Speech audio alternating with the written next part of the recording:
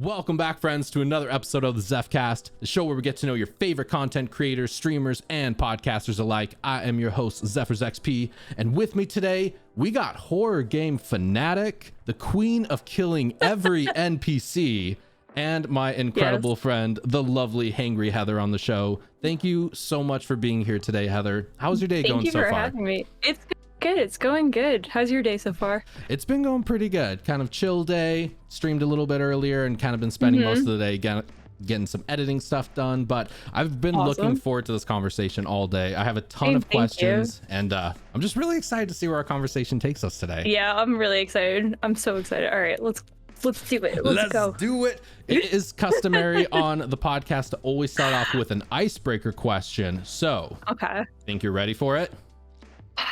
Yeah, I hope so. Okay. Hopefully it's not tricky. All right. So the one I got today, it's always randomized every time. So the one I got today is, if you could be immortal, would you choose to be so? No. No. Just straight up no. Why, out of curiosity? I think I am not even trying to go off to a dark area of this whole conversation. I'm okay with death. I would rather, because if you're immortal, you watch everyone around you go. That's the sad part about it. And I, one, just wouldn't want that, and two, Earth is cool and all, but if I'm not going into space or anything, what am I gonna do? Just live and my same job and I don't know. No, I'm good. I've always, at first I was no, because kind of what you said, but I don't know, there's so many things out there.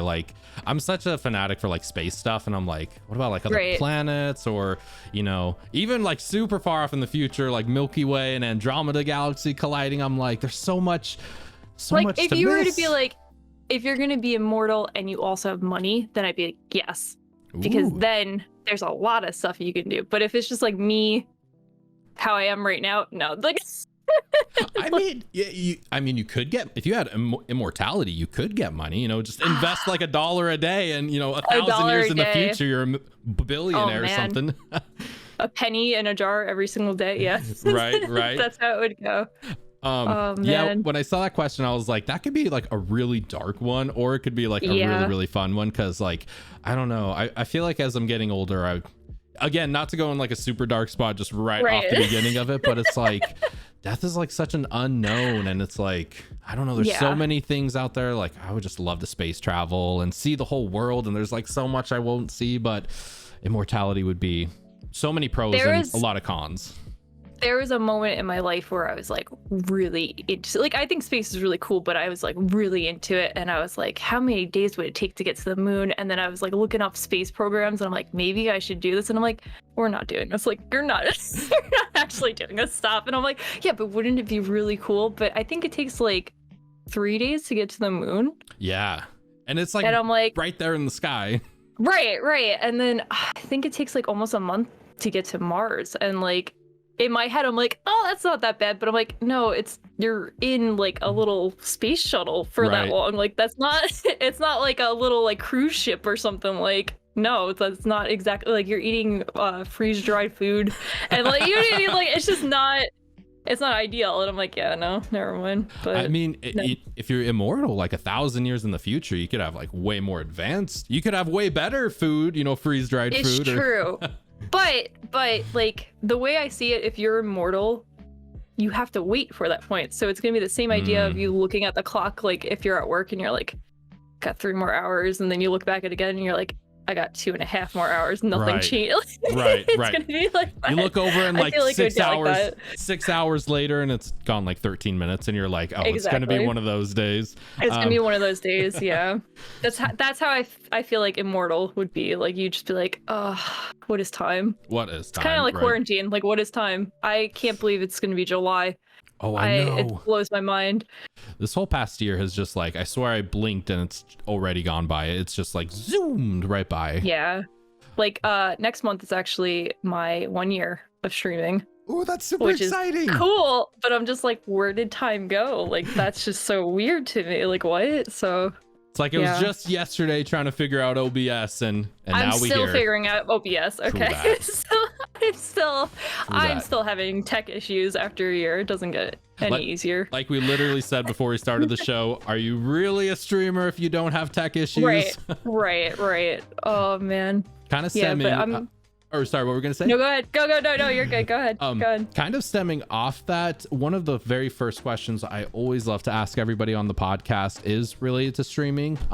So I would love to ask, who is HangryHeather and who is the person behind the streamer? Oh man, that's a loaded question. That is a loaded question. I guess I could just tell you how I came about streaming in the last year, which is pretty funny in itself. So in March, I got a new job, and my main job is to actually find influencers for our product. So one of the things they said was like, hey, we need you to go on Twitch and figure out what Twitch is. And I'm like, I know what Twitch is. It's gamers. Sure, whatever.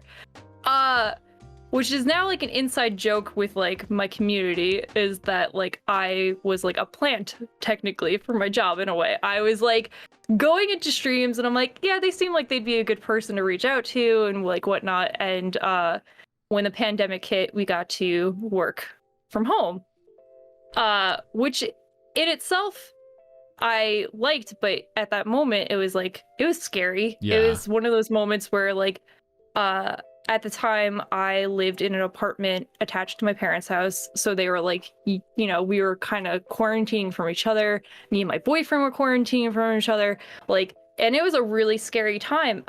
And I remember I stumbled upon my friend now, her stream Hayes, and she was doing art, and I was like, I've never seen people do art on Twitch. Like, I just thought it was gamers. Like, I was completely blown away. So this community, during quarantine, like, I started getting really invested in them, and it reminded me of like Cheers, where like everyone knew your name. Like, you'd you'd go into stream and everyone's like, hey, Yay! Like everyone's really happy. Yeah.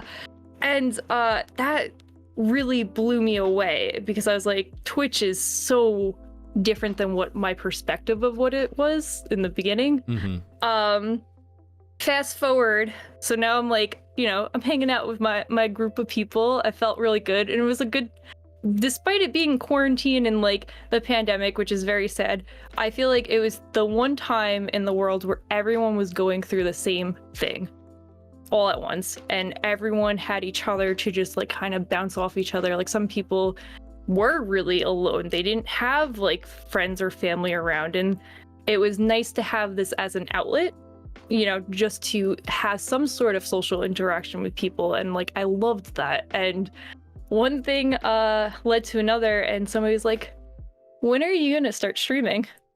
The question. I'm like, no, not this girl, I'm good. And they're like, no, like, but like, what if you did? And I'm like, no, it's just not gonna happen. They're like, well, I'm gonna drop you a follow, but like, what if you did? And I'm like, I'm telling you, it's not gonna happen. And then I got a $50 capture card, my laptop, which I don't know how that even worked. It was, I had more issues on that laptop than anything else in the world. My streams would end the second my laptop decided it was going to turn off on me. Oh, same. That's how my streams went for a while, and people were still hanging out and having a good time. And yeah, then I built my own PC, and I still, again, have no idea where this year flew by, but made a lot of friends on Twitch.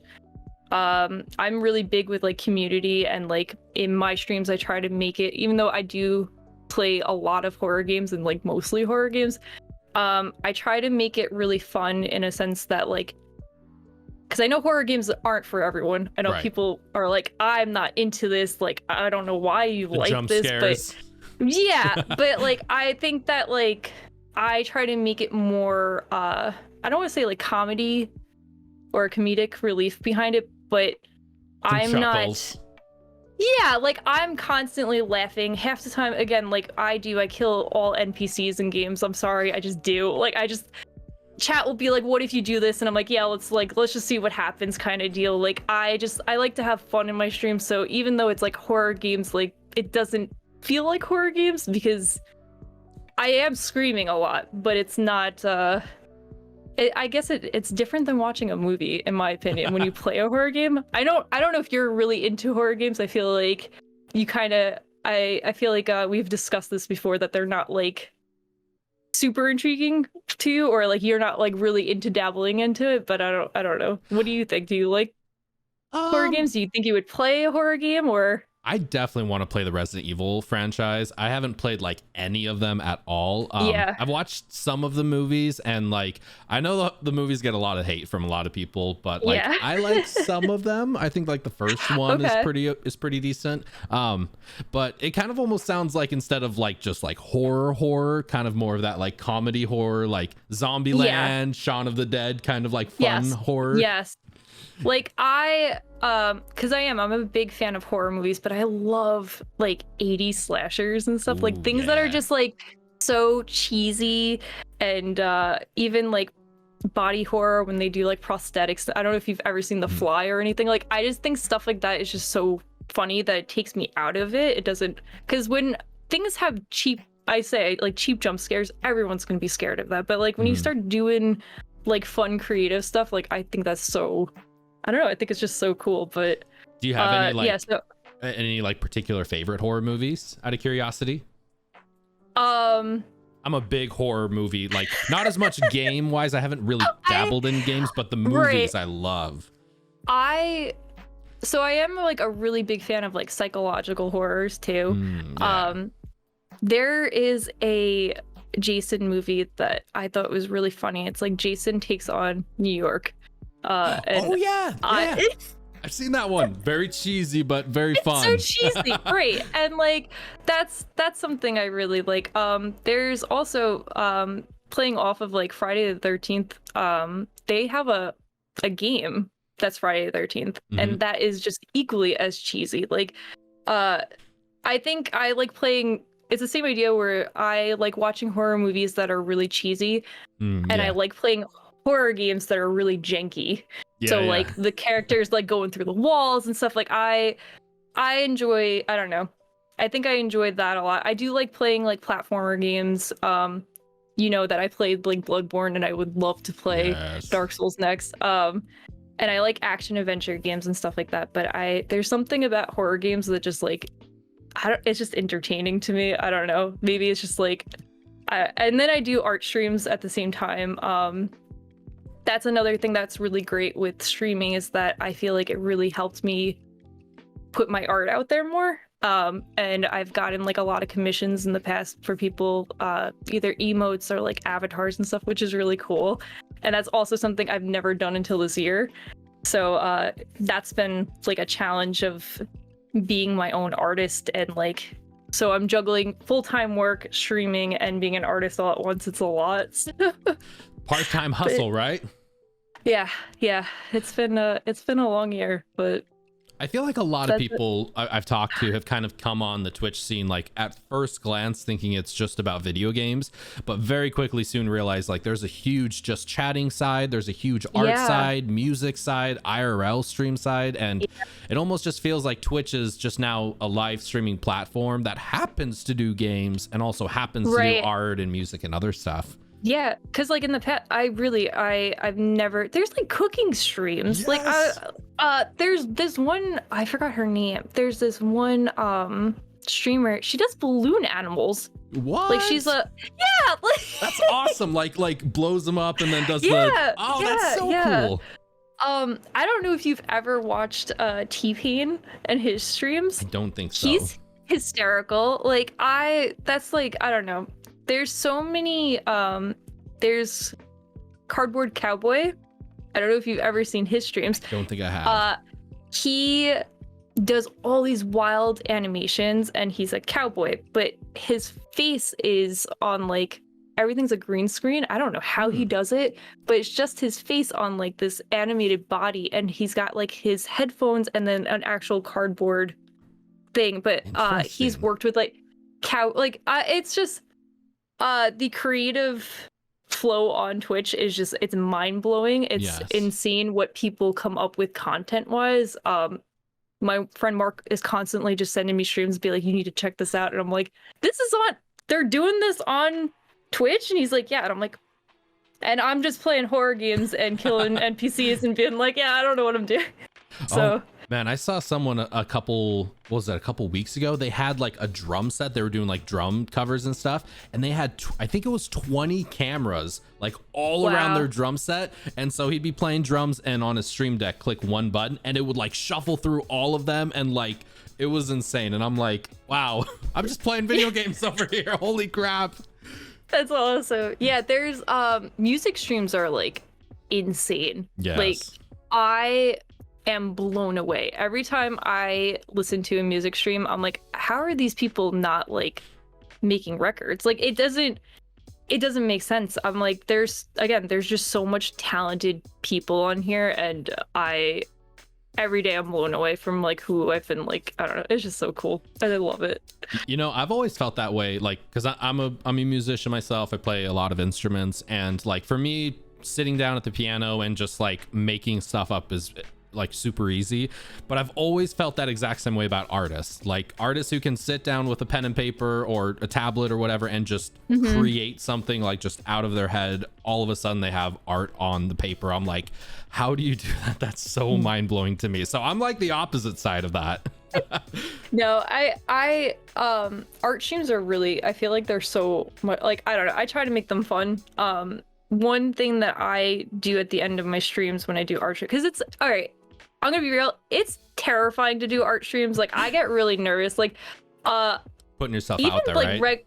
Yeah, like because now you're really performing. Like a video game, I just get lost in it. It's totally fine. Like I'm not really, yeah, I'm performing, but like I'm doing puzzles and whatever in the game. Right. But art, you're like, and music, you're being really creative in the moment and doing sometimes things on the spot. And it doesn't matter if you got 2 viewers, 3 viewers, like you're doing it for an audience and you're just like, I just gotta roll with it. So I get really, whenever anyone's like, let's do an art stream, I'm like, what if my tablet doesn't work? What if it, like, I'm just like, oh no, like, what if I paint something and it's really ugly on stream? And I'm like, oh, not only am I seeing it, they're seeing it, and now it's on a VOD, and now it's on Twitch. Like, I'm just like, oh, but the end of my streams with those, I like to draw everyone in chat, and based on anything that they want it to what so Pokemon. Yeah, that was I saw that on Twitter, ridiculous. And it was so good. The like the, what was it, the Machamp one, Snorlax? Oh, the Snorlax one. Yeah, so they were So like, good. you have to draw everyone as Pokemon, but you can't look up references, and we could pick any Pokemon. And I don't know about you, I know like 1st gen, maybe a little bit of 2nd gen, and Same. that's it. And they're just like, draw me a Sphinx. I'm like, I don't know who these Pokemon. I'm like, what is that? I have no idea. Yeah, so that was drawn like the Pyramid Sphinx. Yeah, like I'm just like, I guess it's a cat. Like it's just so, yeah, no. That's really cool. That's like a cool way of like incorporating the audience into what you're doing. I feel like those are my favorite streams, honestly, whether it's like art or music or playing video games or whatever. Whenever the streamer has, whether it's with channel points or bits or just something that they can almost like take over the stream a little bit or give ideas or kind of like mess around with the streamer in a way, those are always so much fun. There's so much like interconnectivity, I feel like, to it. Right. I that's why like even like what's the one game? It's like Marbles. Oh yeah. Where everyone can, like I think that stuff is so cool because everyone can join in. Because I know it's cool to play like community games with people, but sometimes like as a viewer, it's cool to watch people all play together and it's like fun. But after a while, I don't know about you, but I'm like, oh man, I wish I could join. Or like, it's just like, all right, I guess I'm just, I wish I could somehow play with them or something like that. So I think games like that, even like Words, I think it's like Words with Friends or Stream. I don't know. It's like Words with Friends, but not really for streaming. I don't really know the actual name. Like stuff like that's really cool. So there's a one I think called Gartic on stream, Words on Stream and Gartic on Stream. They're like made by the same company. And I think Gartic, you like it automatically draws something and everybody has to. Yes, that one's so much fun. That's so much fun. I've played that before. Yeah, that's awesome.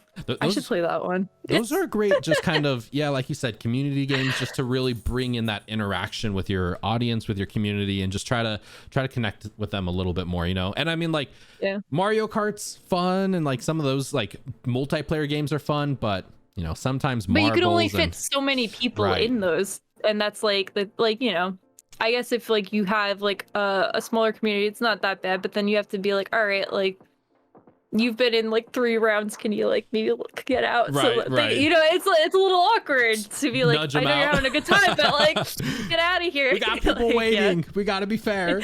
Yeah, no, I get that. No, for sure, 100%. So I do gotta ask, where I already think I kind of have an idea, but where did the name HangryHeather come from? I'm guessing you get hangry if you don't eat during stream. Yeah. So what's funny is when I started streaming, my name wasn't HangryHangryHeather.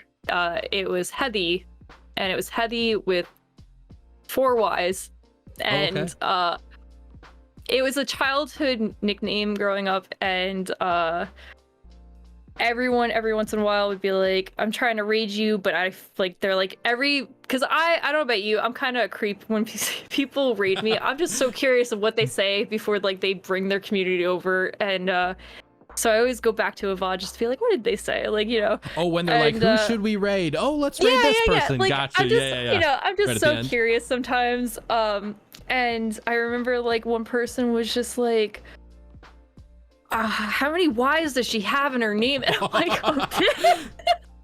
So then I was like, all right, maybe we'll do like 2 Y's, because like, but like, why even 2? So I don't know. At one point I was just like, I need a rebrand. I'm like, this isn't working for me. And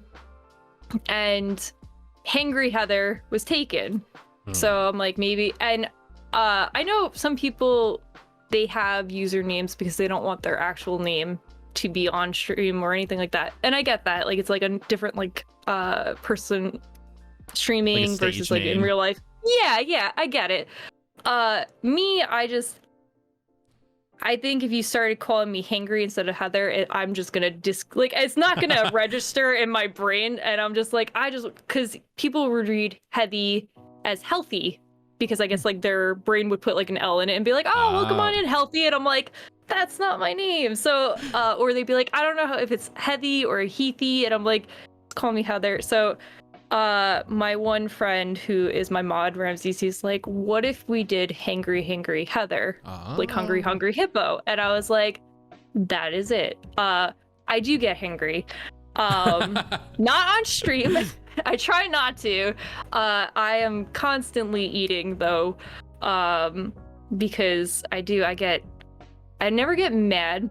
Like, I don't like outburst or anything, but like if I'm hangry, I'll just like internalize it. And I'm like, okay, it's just you're hungry. You're just hungry. And then my body's like, yeah, but like we're getting a little mad that this is happening. I'm like, no, stop. Like, so I get hangry. I don't. Do you get hangry? Or no? You're like. I mean, I guess if it's like been like a long time since I've eaten, then I get maybe like a little bit, but I don't know, maybe not like super duper much. I don't know, I guess I've never really thought about it, honestly. Actually, when I was like thinking of questions and everything for this podcast, when I wrote that one, like, where did the name HangryHeather come from, I was like, have I gotten hangry before? I guess not. Like, my wife, she usually does like all the cooking, and she's like a great chef. Yeah. And so she definitely spoils a little bit like towards the evening time, and she takes care of me like for cooking wise and everything. And I try to like, I always try to make her coffees in the morning, and she always like helps, you know, do like cooking and stuff in the evening. So we're kind of a team in that regard. Yeah. That's cute. I like that. I've been meaning to like kind of take up some more cooking myself. But like, I've just never been, I don't know. It's almost like science. Like I find it so fascinating, and the ingredients are beautiful. It's almost like science and art together, but I just haven't like dove into it. I guess I'm kind of, I don't know. Do you kind of feel this way in some things in life, where it's like, if somebody else is already taking care of it, there's not much incentive for you to jump in on it, even if you kind of want to jump in on it? Yeah, no, I agree. And cooking, honestly, like, it is hard. It's hard in a sense of, especially when I am hangry, I like not shut down, but like when I'm hangry, nothing seems good. Like most people are like, okay, if you eat, you'll feel better. I'm like, yeah, but I don't want it. But I'll be like, yeah, but I'm not gonna eat that because I'm not in the mood for it. Like I turn into a like there's parts of me that like I don't know who this person is. It's when I'm hangry, and it's when I'm in traffic. I don't know who that person is. Same. I don't associate with her. I don't like her. So when I am hangry though, I'm just like nothing seems good. Like I'm just not gonna eat because whatever my brain's like that's just the logic of it, I guess. But cooking, yeah, it's hard. Because I feel like I adventure out of my like comfort zone with food. I like trying new things sometimes.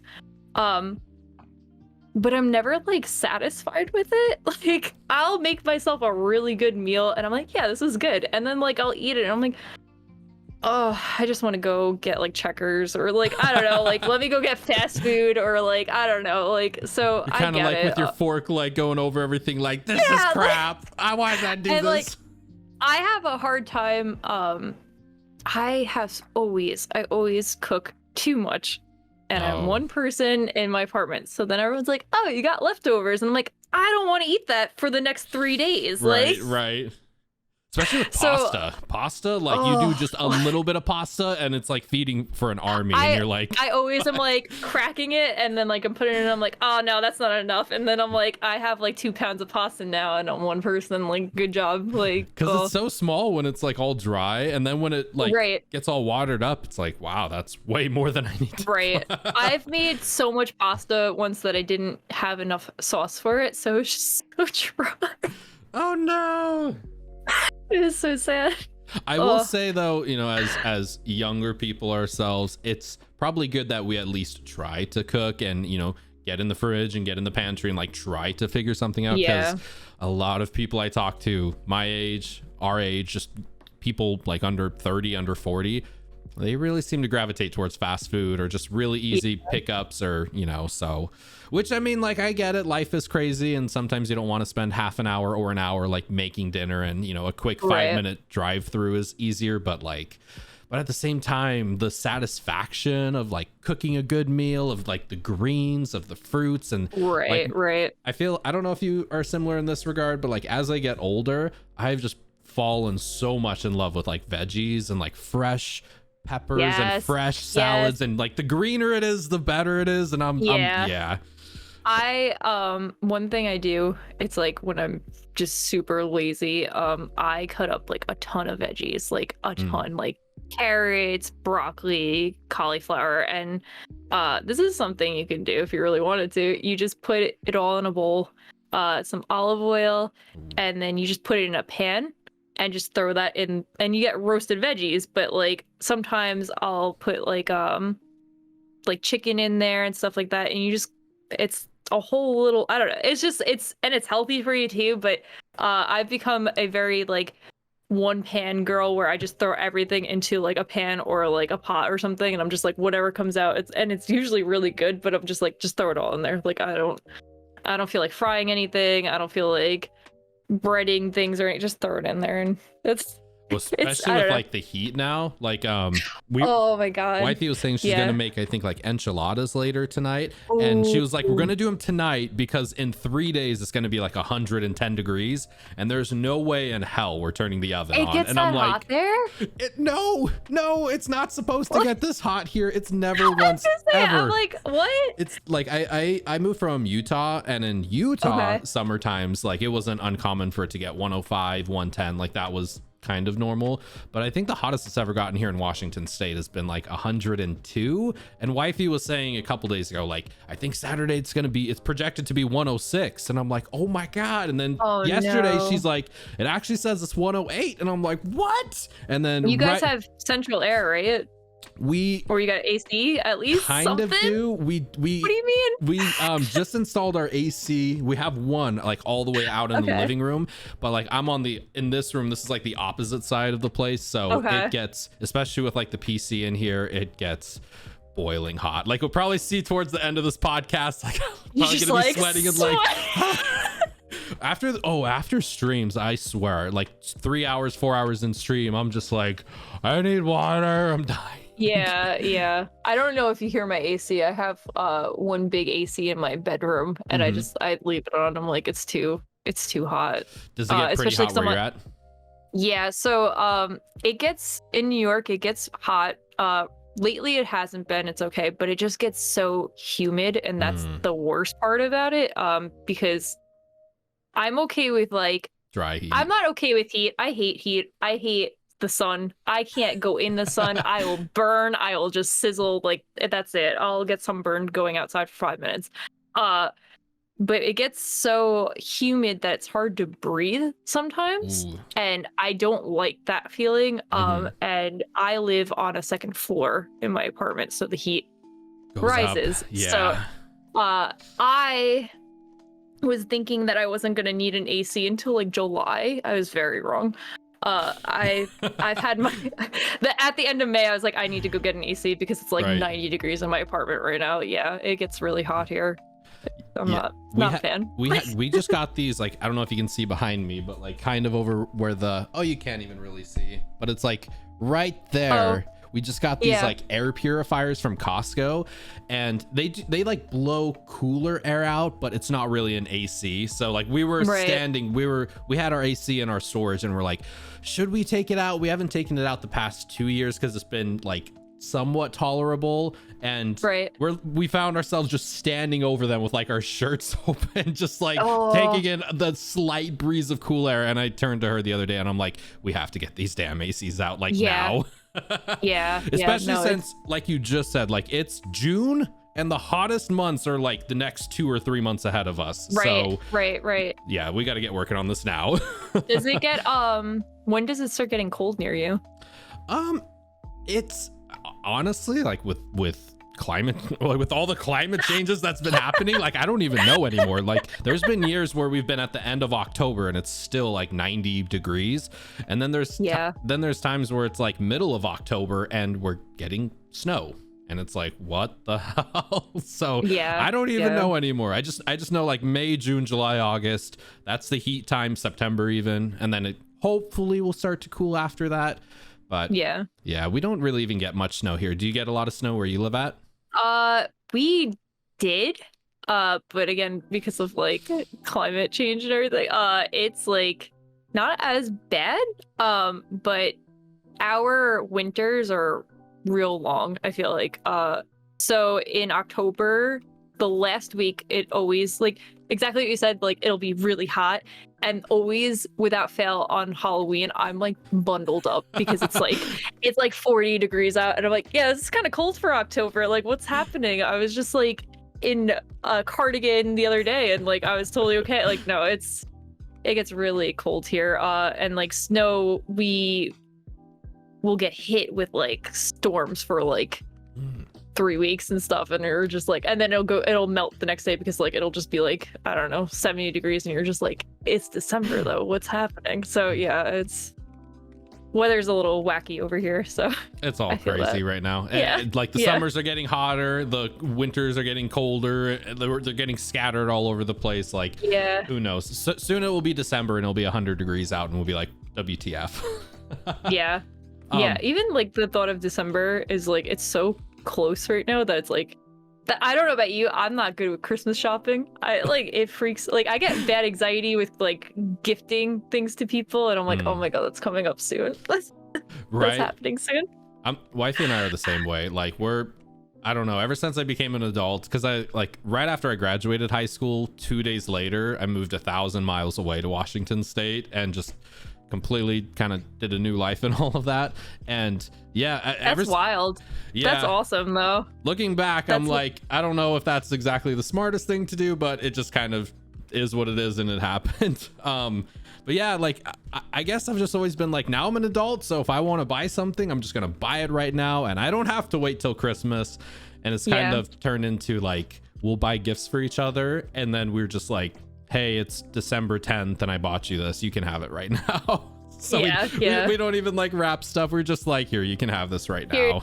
Take it. We're pretty boring in that regard. No. I did want to ask though, kind of stemming a little bit back on like the hangry topic. Sorry, you're totally fine. This is like my favorite part is like we start talking about HangryHeather and then it turns into like 100 degrees in December talk. Yeah. Where did Heather wrapped in cheese come from? Because that is like one of the best things I've seen on Twitch ever. The art emote is so good. Oh man, I'm really exposing myself. So wouldn't cheese be hot if it's melted? So cheese started because I was like, I'll be right back. I'm gonna go to the bathroom. And I came back and I'm chewing and I'm like, sorry guys. I'm like, I don't really like eating on stream.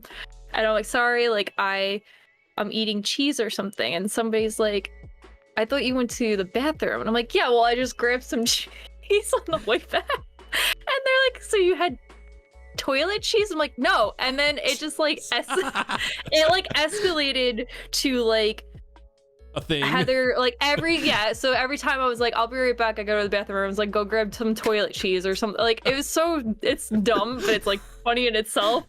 And I really did. I played on that. I was like, because I love cheese. Every kind of cheese you can imagine, I love it. And what's I was favorite? like, I like brie cheese the most. That's a good or one. smoked or a nice smoked Gouda. Oh yes, so good. But like I was just like, because as an artist, and especially with emotes, it's really hard to, I guess, like be creative with emotes, because not even like at anyone or anything and nothing bad, but like after a while emotes start looking like they're all the same. And I know that sounds awful, and it's nothing against any artist, because I totally get it, but like they do. And like either you it's mostly like a streamer, and I've had this poll on on Twitter, because I was like, do people prefer their emotes being after the streamer or after a character? Because like I know you have Final Fantasy characters, and I think that's great. Mm-hmm. But they start looking the same, and I was like, well, what if like I did a blanket, but it's a cheese? Like I don't know, because do you know like on Amazon? Emote? Yeah, like on Amazon though, they have a burrito blanket that you can get off of Amazon. Seen that. Yes, it's so good. And I just like, I don't know why that came into my head. And I was like, well, it'd be like you're a little burrito. But I'm like, but what if it's actually cheese? And then the same idea recently, I made like the heart emote. And I'm like, but what if it's just a cheese? And then recently I just was like, all right, it's a food like name attached to my whole thing. And I let's go changed for it. I was just like, it's food. It's gonna be food, because I love food. Everyone loves food. Everyone in my stream, we make it into a joke that like when people come in, I'm like, what'd you eat for dinner? Tell me what you're making. Like because it's so universal that it never gets boring when you talk about food. Right. So my sub badges, you start off as like a slice of cheese for 1 month, and then it just goes to a wheel cheese, and then like I love the wheel. For a year, it's like a chef's hat, because now you're a chef. I don't know. And then my bits, I like paired it like a charcuterie board. So like if you donate an X amount of bits or whatever and you get a badge, it's like you get grapes. One is like a bottle of wine, one's a glass of wine. It's just so, like I don't know. Cheese and crackers, cheese and grapes kind of thing. Yeah, exactly. So yeah, that's how. It all because of toilet cheese. That's exactly how that came about. You're so right though. Like food is just something that just everyone, because like I swear I don't go a single stream without ever talking about some kind of food. Yeah. It's just so universal. Everybody likes talking about, sweet food, spicy food, hot food, or just whatever, what they had for dinner or what they're gonna have for lunch or whatever. It's just so universal. And yeah, that's a great almost connecting point to just make like everybody kind of get in on the joke, because everybody who joins your stream, everybody who follows and they get the channel points are like, hey, cheese, I like cheese, we all like cheese. I mean, yeah, cheese is good.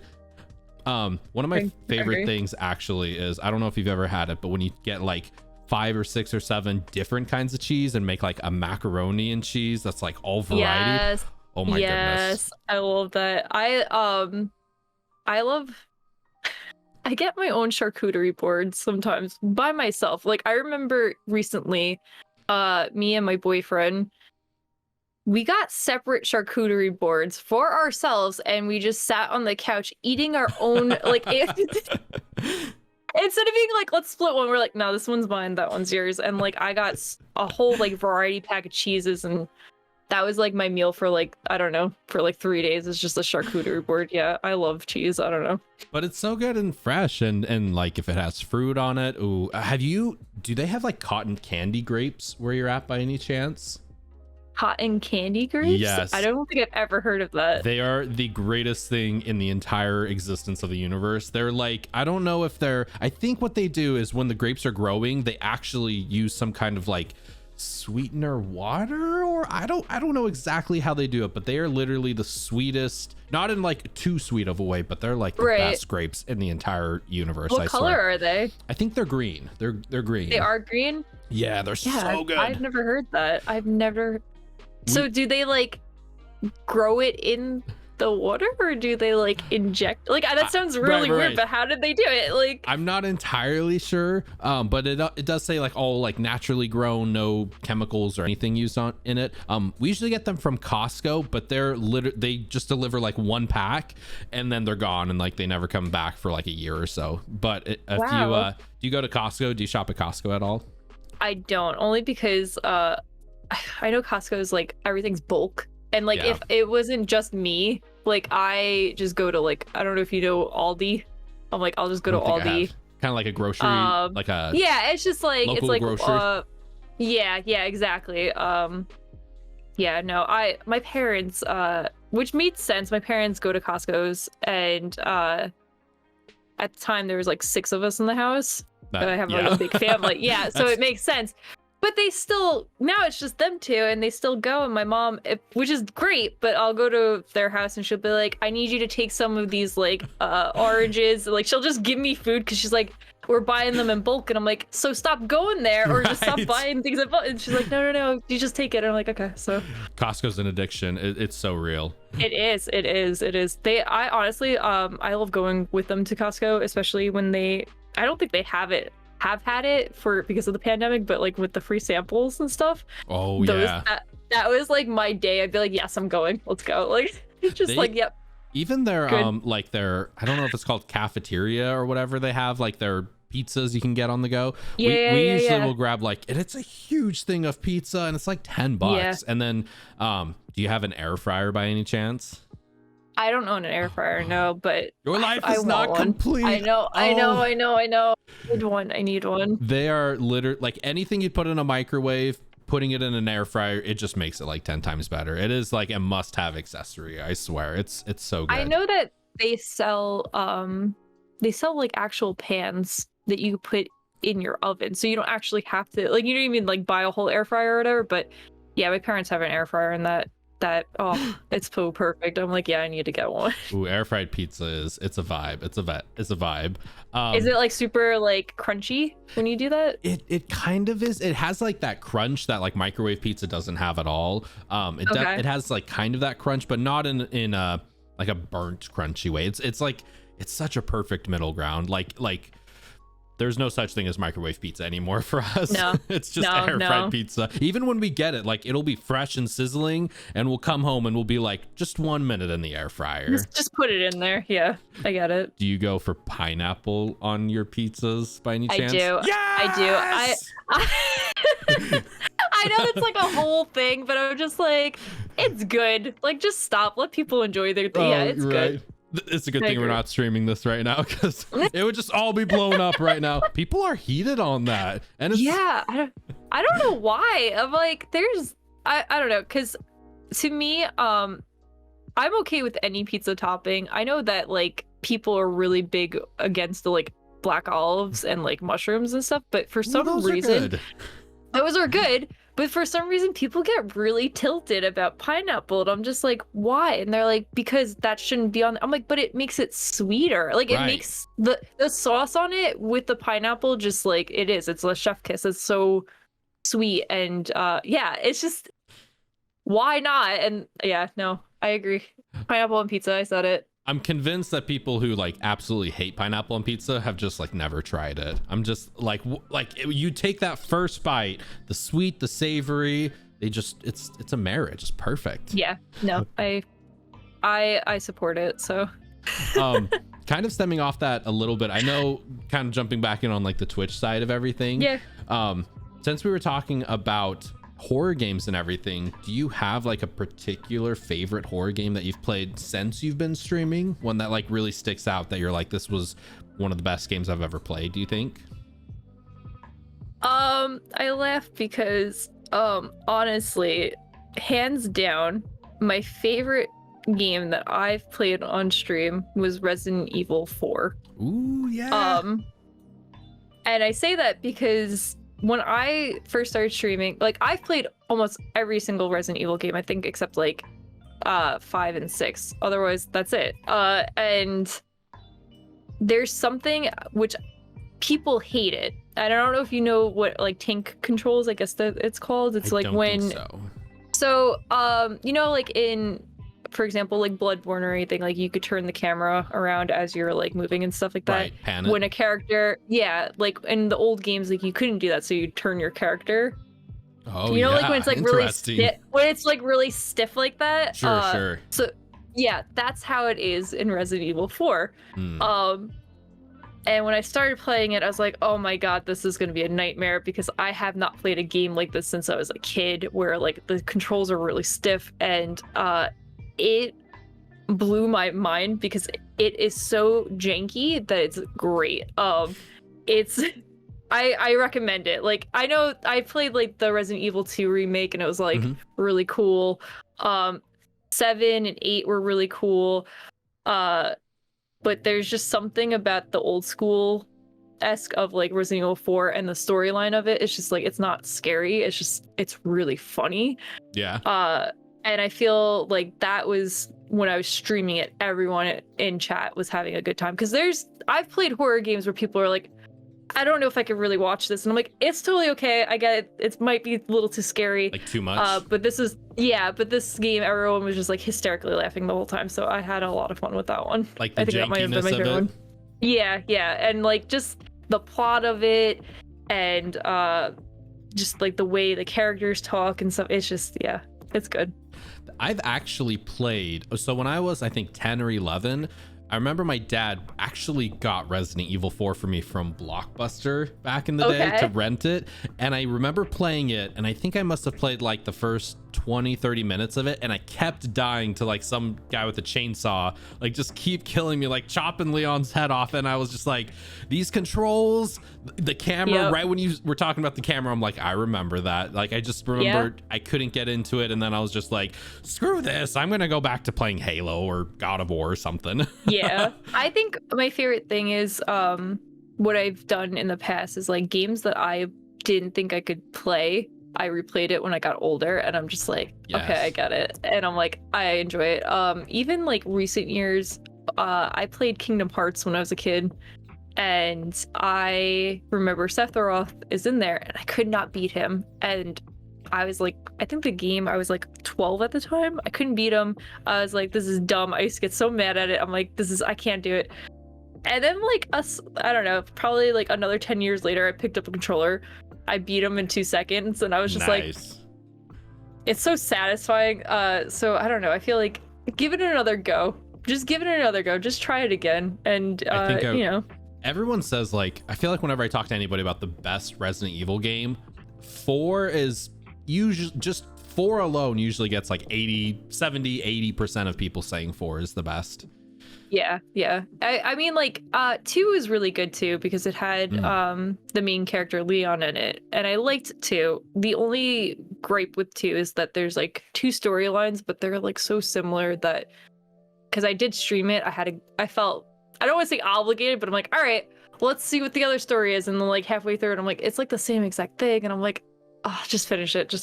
But yeah, have you ever this is a question for you, I guess. Have you ever streamed something and you abandoned it because you were like not into it? I did one. I was playing an indie game called, I think Everybody's Gone to the Rapture, Yeah. And I think I abandoned it. Oh, have you played that? I've played, but I abandoned it. Oh, nice, not on stream, nice. not on stream, but I never finished it. Yeah, I know. Yeah, I think I got towards, I think I was getting really close to the end. I might have been like 80-90% done, but I think I was like 6 or 7 hours into the stream, and I only intended to stream for like 3 hours. Yeah. And so I was just like so burnt out of it. I was kind of lost towards the end, and I'm just like, I don't know. I kind of do want to go back and finish it one day, because it was a very artsy kind of really cool game. Yeah, it wasn't. It didn't feel like it was hooking me much. I feel like I kind of had to try to get into it more. Right. But yeah, the other one also is Hollow Knight. I haven't beat Hollow Knight yet. I really want to. It's beautiful. It's an amazing game. Right. That one is definitely going to be. But as of this moment, I've kind of abandoned it for a moment. So yeah, Hollow Knight's hard. It's very hard. And like the streaming community, I guess, in Twitch with it is I didn't have a bad time streaming it, they can but be intense. People, oh my god, people get 112%. And I'm like, stop. I'm like, no, I'm gonna like, I think I did it at like 98%. I'm like, this is fine for me, and everyone's like, no, you gotta do 112. I'm like, no, I'm good, like, stop. But yeah, that's I feel that when because I feel like I was watching you play Hollow Knight, and there's a lot of people coming into your stream and be like, just do this. I'm like, just let them play the game, guys. Like, just they'll get there. Let them figure it out. I don't know. Have you had any bad interactions in like any games you've played with viewers who are just like very backseating, and you just what do you do in that regards when somebody's just like, you got to do this, or do it this way, So I don't want to say I'm a chill streamer, but I try to be very cool in my streams. I do. I know that people are really excited about the game, and they're coming in, and when you stream, I don't know about you, but I fill up dead air, or just like being like, I don't know what I'm doing, but like just vocalizing it. Because again, I think people don't realize you are alone 90% of the time in a room, like, and it's just silent, and you're hearing the game, and yeah, people are talking to you, but it's not voices. So when it's just dead silence, it's really awkward sometimes. So I'm just filling up the space, and there's been times where people will come in and tell me what to do, and I'm not really crazy on backseating because again, I know people are excited, but parts that really bother me, especially with horror games, is when people come in and they go, oh, this part really scared me. And I go, why would you do that? Because you just spoiled it. Now right. I'm not going to get that experience. And like, again, I get that you're excited about it. Or, you know, people, even recently I was playing Resident Evil, and some guy, I will never forget this, because it was just like one of those moments where like, okay, I now am going to handle this a lot differently in my streams. He came in and was like, you shouldn't do this, you should do that. And the way I see it is like, I have three strikes kind of deal. Mm-hmm. First time you do something, one of my mods are going to be like, it's okay, she'll figure it out. I'll even say it out loud, like, it's okay, like, it's good. And I have like commands like backseating and spoilers and stuff like that to be like, hey, like, it's cool, just sit down, it's all right. The second time you do it, the mod will delete the comment and kind of like time you out for like a minute or two just to be like, chill out. Right. And then the third time, like, that's it. Like, I'm just like, you're not listening to me. 90% of the time they'll argue with the mod and like be like, well, you're like, this guy called my mod a dweeby hall monitor, and told me that my community is just full of simps, like my simp army or something like that. And all because I told him, I appreciate your help, but like, you gotta chill, just let me experience it. Yeah. Like, and people get really upset about it. So the way I handle it is, I used to be very like, it's okay, and now I've been like, stop, like, we can't do, like, that's something that I've been learning with streaming is you gotta set boundaries. Yes. And you gotta really speak up and find your voice. And it's been a challenge for me in the year because I don't ever want to be the bad guy. Right. But also, don't start attacking my mod when they're doing their job. Like, right. What do you just hang out? Like, just be cool. I don't know. So yeah, I just don't deal with it anymore. I think that's how I handle it at this point. It's just like, yeah, you can go. It's okay. Like, I don't want that in my community. So that's how I do it. I know when people kind of chime in on your streams, I feel like you're very chill with it. And I'm like, I'm sitting there, I'm like, I want to say something so bad, but I'm not gonna. Just like let them experience it. Yeah, I get a lot of people where they're coming from, because they're just trying to help or something, but at the same time, a lot of the joy of first playthroughs of games from streamers is them missing stuff, them being unknown, right. Them like going wrong ways and then figuring it out later, like those kind of light bulb moments, like, oh, this is how we're supposed to do it. Right. And by just chiming in constantly, like you're kind of taking the joy of the first playthrough away. You're like slowly chipping away at it. But yeah, in terms of like conflict and stuff like that, that's something I've always really struggled with. I struggled a lot in my job with speaking up and voicing my feelings. I'm definitely a keep my feelings inside type of person.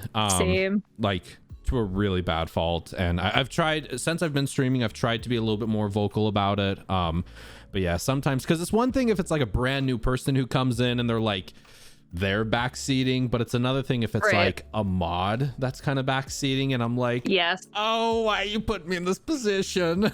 yeah.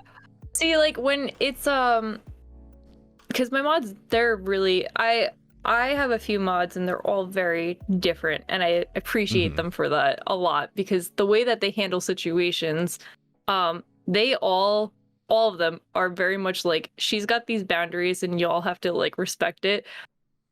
They've never done it, but like there's been a time where my one friend like jokingly said something and he actually spoiled it, and he's like, oh no, and like I can't get mad at them because I think it's like hysterical, and like I'm just like we poke joke, like, you know, it's a lot of banter in my streams, but it's like they didn't spoil it on purpose. It was just more of like a goofy accident. When I remember I was playing Resident Evil 8, and somebody, which this makes me, again, I know that like this is the risk that it takes when you stream a brand new game, but somebody came in with a username that spoiled the entire, and they followed me and they ruined the entire ending of the game. And I was like, why do you think that's like, what do you gain from that? Is that just like, because that's just, I don't know, I don't want to be like, that's just sad, but it is like, are you now just going to people's streams and just being like, I'm gonna ruin this whole, like, oh, like, I don't know, I'm just like,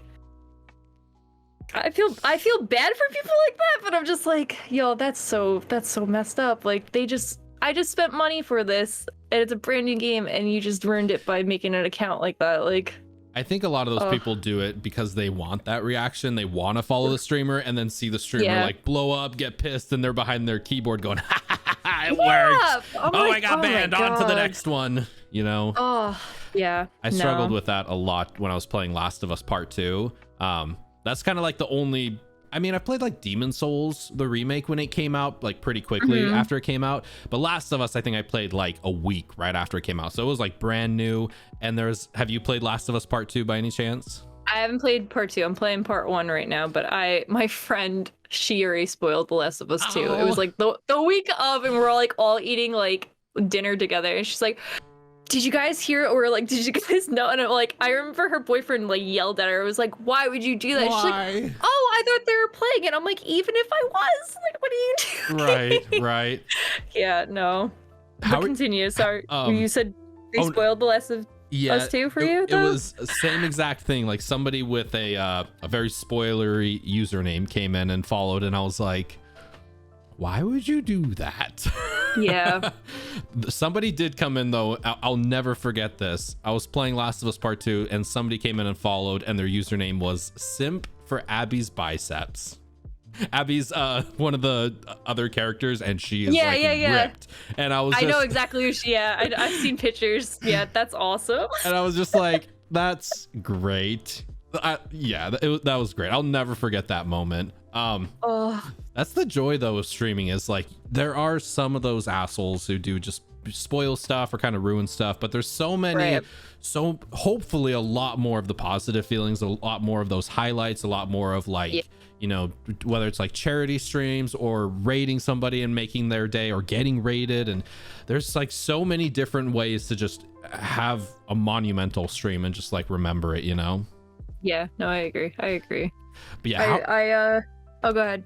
I do, since you are playing The Last of Us is like one of my top 10 favorite games of all time. How are you liking it so far?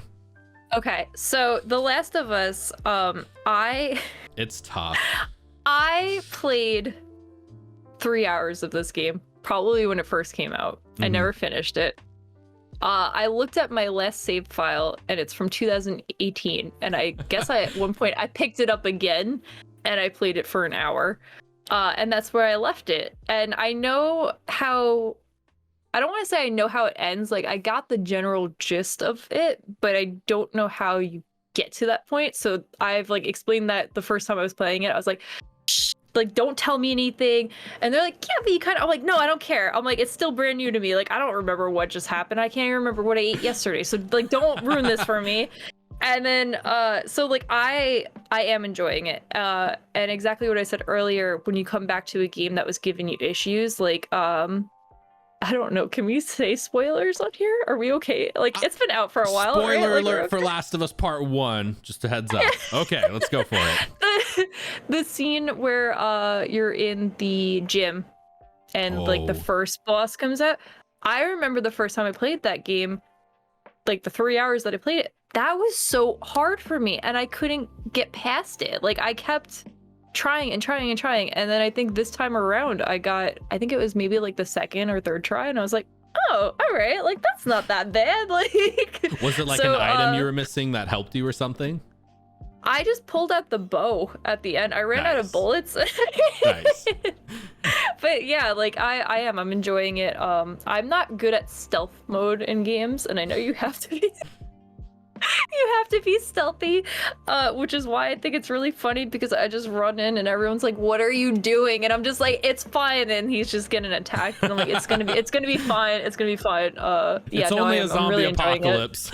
Yeah, it's a lot of fun though. That exact same thing happened when I was playing Part 2. I won't spoil anything, but there was a scene where I just kept dying like 20 times, and I was getting so aggravated from it. And then just randomly one of the times I was like, has this shotgun been here this entire time? And just there was someone in chat is like, I really wanted to say something, but like I didn't want to spoil it. And I'm like, yeah, all right. And then after that, just beat it super quick. I'm like, that's how it's gonna be.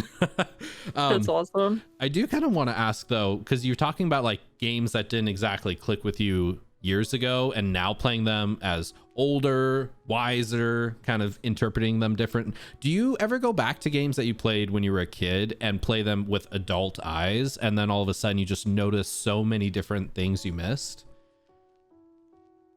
I feel like I recently did this, and I what game was it? I know what you're like, because I've done that with the Zelda games. I've gone back and played Ocarina of Time so many times that I could play it with my eyes closed at this point. Yeah, I think going back into games as an adult, I kind of laugh at them because they're games from like the past that obviously aren't high definition now, or just like they're really janky, and I love that. But some games are like still really aesthetically pleasing, like to the eyes, and I know Skyrim isn't like a super old game. Like it's kind of old, but like that's one game that I feel like I revisit a lot, and it's not even from really my childhood, but just like over the years, like I just go back into that game, and yeah, the mods, you can put mods on it, but it's really janky. but it's still really beautiful without anything. Even Ocarina of Time, like looking back, Wind Waker, that was also a really good game. I love like the cartoon looking, like it's just so good. The art style. Yes. That was one of my favorite games as a kid. Was Wind Waker. But even like I want to get, because I only have it on GameCube and I need to figure it out, but I really want to stream Twilight Princess. Ooh, I don't know if you've played that. I have not. I've seen some of it though. I just remember really enjoying it, and I've seen like a few people streaming it, and I'm like, yeah, this, like, the art style is very dark. Which again, I don't know why I like horror games, but I'm just like, this is kind of like horror-esque, and it's Zelda, so like I should stream this. But that's the game that I really want to, that's on my list of like older games when I was younger that I want to like revisit. But yeah. Have you played Ocarina of Time, the 3DS version, by any chance? Yes. Ooh, it's so beautiful. That. Yeah. There's I have Majora's Mask on 3DS too.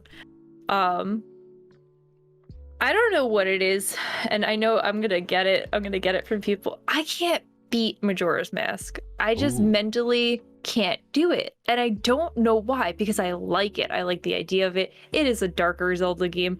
And I think probably because when I was a kid, I remember I got the game and I did not understand what the game mechanics were. So the time really freaked me out, and I didn't know how to reset it. So and I laugh about this still, because the only thing I could do, because the third day is terrifying, because when it gets closer, the whole screen's shaking, like and I was a kid, and again didn't understand what I was supposed to do. So instead, like the little, it's so sad, like the little hotel that they have there with the beds, I put Link in there and I started crying, and I'm like, this is it, he's gonna oh no. Like, you're like, how do I beat this game in 3 days? And then like as an adult, like I've gone back into it, and now I think my problem is that anytime I pick up Majora's Mask, I forget where I left off, because it does it resets, and everyone's like, yeah, you just look in your inventory, but I'm like, again, I don't remember anything from like yesterday. If you asked me what I did yesterday, I couldn't even tell you. But yeah, Majora's Mask is a really it's beautiful on the 3DS, and that was for a while I was playing that, and I was like, I'll beat it, because now I could take it to go, and I still have not beat it. So man, they need to release those on the Switch. Like, if they release Ocarina of Time and Majora's Mask like on the Switch, that's an easy multiple millions of dollars from them. Yes. It's I was so. Did you play Skyward? I haven't played I've only played Ocarina, Majora's Mask, and Breath of the Wild. So those are the only Zelda games I've played. But I'm very firm that I think Breath of the Wild is probably the greatest game I've played from like the last generation of gaming. Even, and it's hard to say this because Bloodborne was so damn good, but like I think it's even better than Bloodborne. I think it's better than like God of War. It's that game where every time I go back, it's the physics in it, like the way they do physics and the bombs and the gliding, and just you can climb anything, you can like paraglide off everywhere. You can get lost in that game for hours, and I really, that's what I appreciated about it, because it reminded me so much of Skyrim, where you have all these side quests, you're in an open world, and you're not linear to like one path in the game. Like, you could just do whatever. You don't even have to do the main story for like 100 hours. You could just do whatever you want for like 100 hours. So no, I get that. It's a great game. Yeah, I love it so much. I love that. I don't know, I've never been like a big open world kind of game, because I've always played like Final Fantasy has always been like my series growing up, and those are very linear. Like, you go from this town to this town, you're chasing the baddie. So like having an open world where you're free to go straight to the end game if you want, or you can do all these side quests, or you can like take on these bigger bosses to make the end game boss a little easier. That was a little tough for me to crack. When I first started playing it, actually, I think I got like an hour or two into it, and I stopped playing just because I was a little overwhelmed with how much there is to do. And then I came back to it a few months later, and it just like all clicked with me. And I'm like, this is like a masterpiece of a game. It's so good. Did you see the trailer for the second one? Yes! Oh, I was like screaming. I think we live streamed it. Did you hear about them like apparently Twitch and Nintendo released a statement, like, so we were streaming, we were having like the countdown for it, we're like, oh, in 30 minutes we're gonna like react to it, we're gonna see what it's all about, we're streaming it and everything.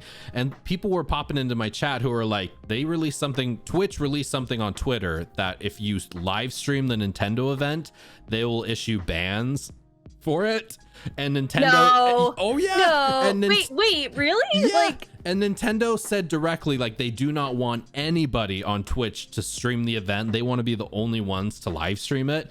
And so there was this moment where everybody's like, so you're gonna stop streaming? And I'm like, nah, we're just gonna go for it. What? If anything happens, you'll catch me on YouTube. It's all good. I didn't get any DMCA for it. I haven't gotten any emails for it, but yeah, after the stream was over, I went on Twitter and there was a lot of hate about it from Nintendo. Yeah. Like, why would you do this? This is free publicity for your event.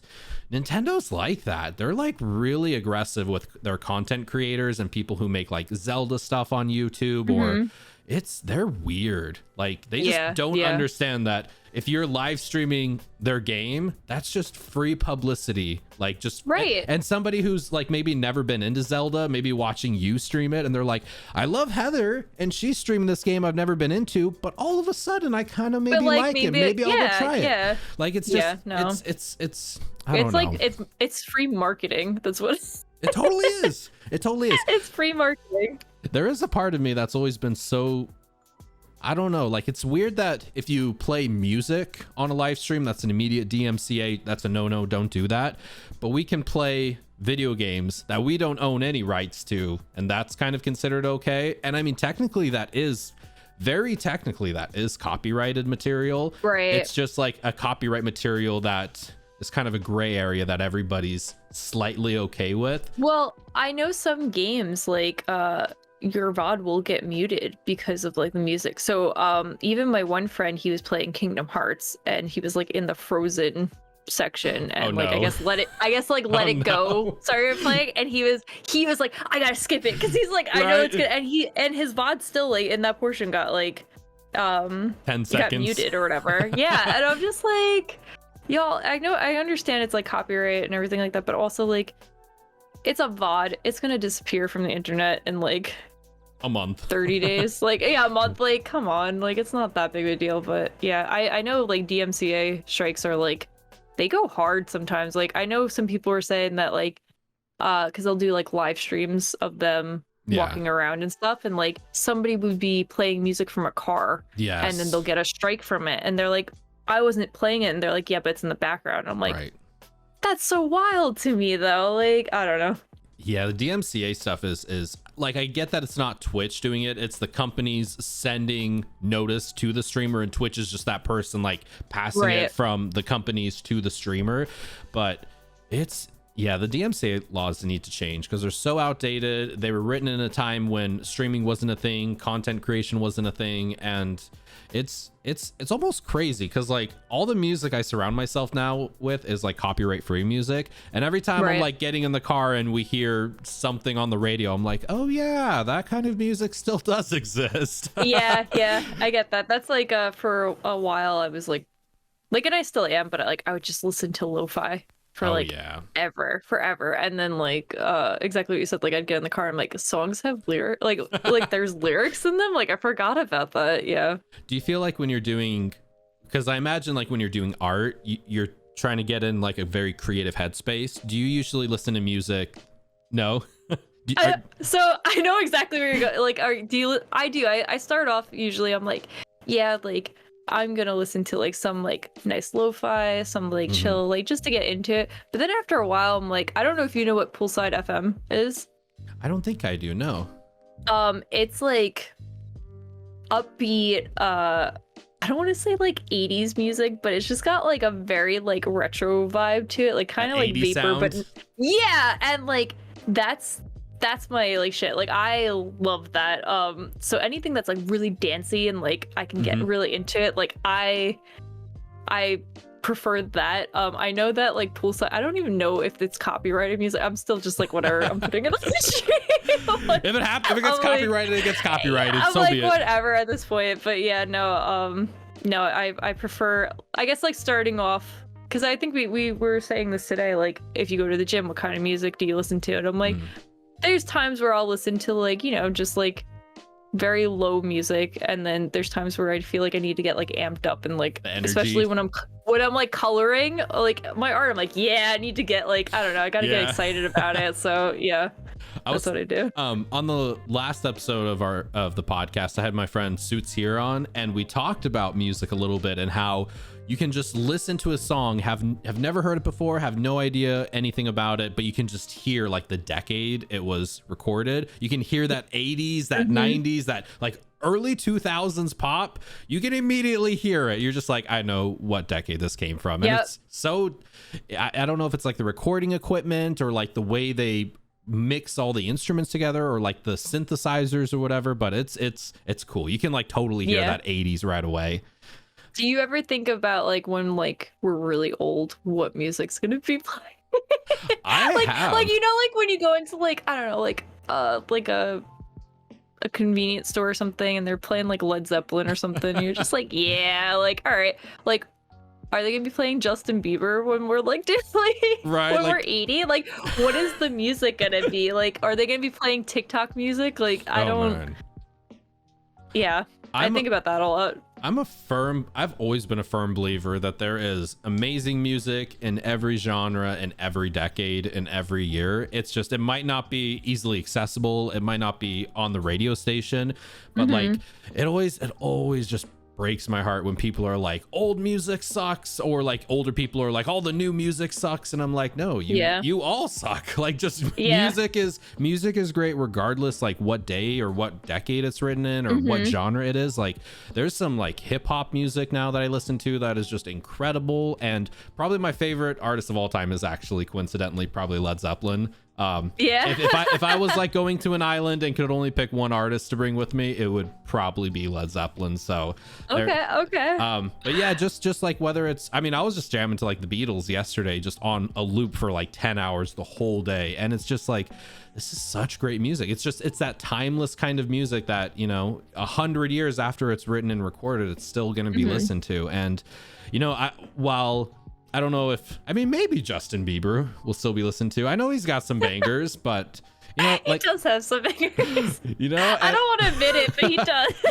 What's your like guilty pleasure music where you're like, nobody's here, nobody can judge me, I'm gonna play this and jam to it? You know what? I don't really have there's no guilt. It is good. It is what it is. So I'm gonna blast Missy Elliott, or I'm gonna blast the Black Eyed Peas. Like, I will do it, and I don't care if people are like, why? I'm be like, because it's still good. Like, it's still good. So yeah, I'm gonna say I my boss, which is like really funny, my boss is like my best friend. She's younger, and I know people are like, your boss, and I'm like, you're probably picturing like a 50-year-old man or something. Like, no, she's like young, she's chill, she comes on my streams sometimes, like, she's real nice. Cool. Yeah, she has like a 90s playlist that she sent me of like all 90s and like early 2000s, and I blast that all the time. So like there is like Ja Rule on it. There's Beyonce, you know, there's Missy, there's some Eminem on there, and I'm like, you know what? And it's like all the old songs that when you're a kid you're probably singing, you have no idea that the lyrics are really bad, and you're just like, yeah, like what? Like, I bless that all the time though. I have, again, like between that and my mom and dad were really big into like disco music. Oh yes. Again, guilty pleasure. That yes, exactly. Like, I will bless that, and I'm just like, I'm getting into it. I'm like, yes, it's perfect. So have you seen the movie The Martian by any chance? Yes. Yep. I love all the disco references in there, and he like finally gets back to space with them and everything. He's like, you have terrible taste in music. Yeah. Oh my god, disco's a vibe. Like, yeah, I feel like that's how my parents met. Yeah, they met at a disco. Yeah, like a disco club. Yeah. Oh my goodness, that's so awesome. They met at a disco. My mom said that my dad came and danced with her. He was doing some like swaying with his knees, and like his knees were like hidden into hers, and she thought that they were like hitting it off, and she was gonna say goodbye to him, and my dad shook her hand and said goodbye. And that was that. And she's like, She was like, I guess like we weren't hitting it off, and then like she came back like, I don't know, probably like 3 weeks later, and he was there, and they danced again, and then they really hit it off. Finally happened. Yeah, but it was just like, she was like, yeah, your dad was a real bad dancer. And I'm like, I just think it's funny that you guys met at a disco. Like, you would.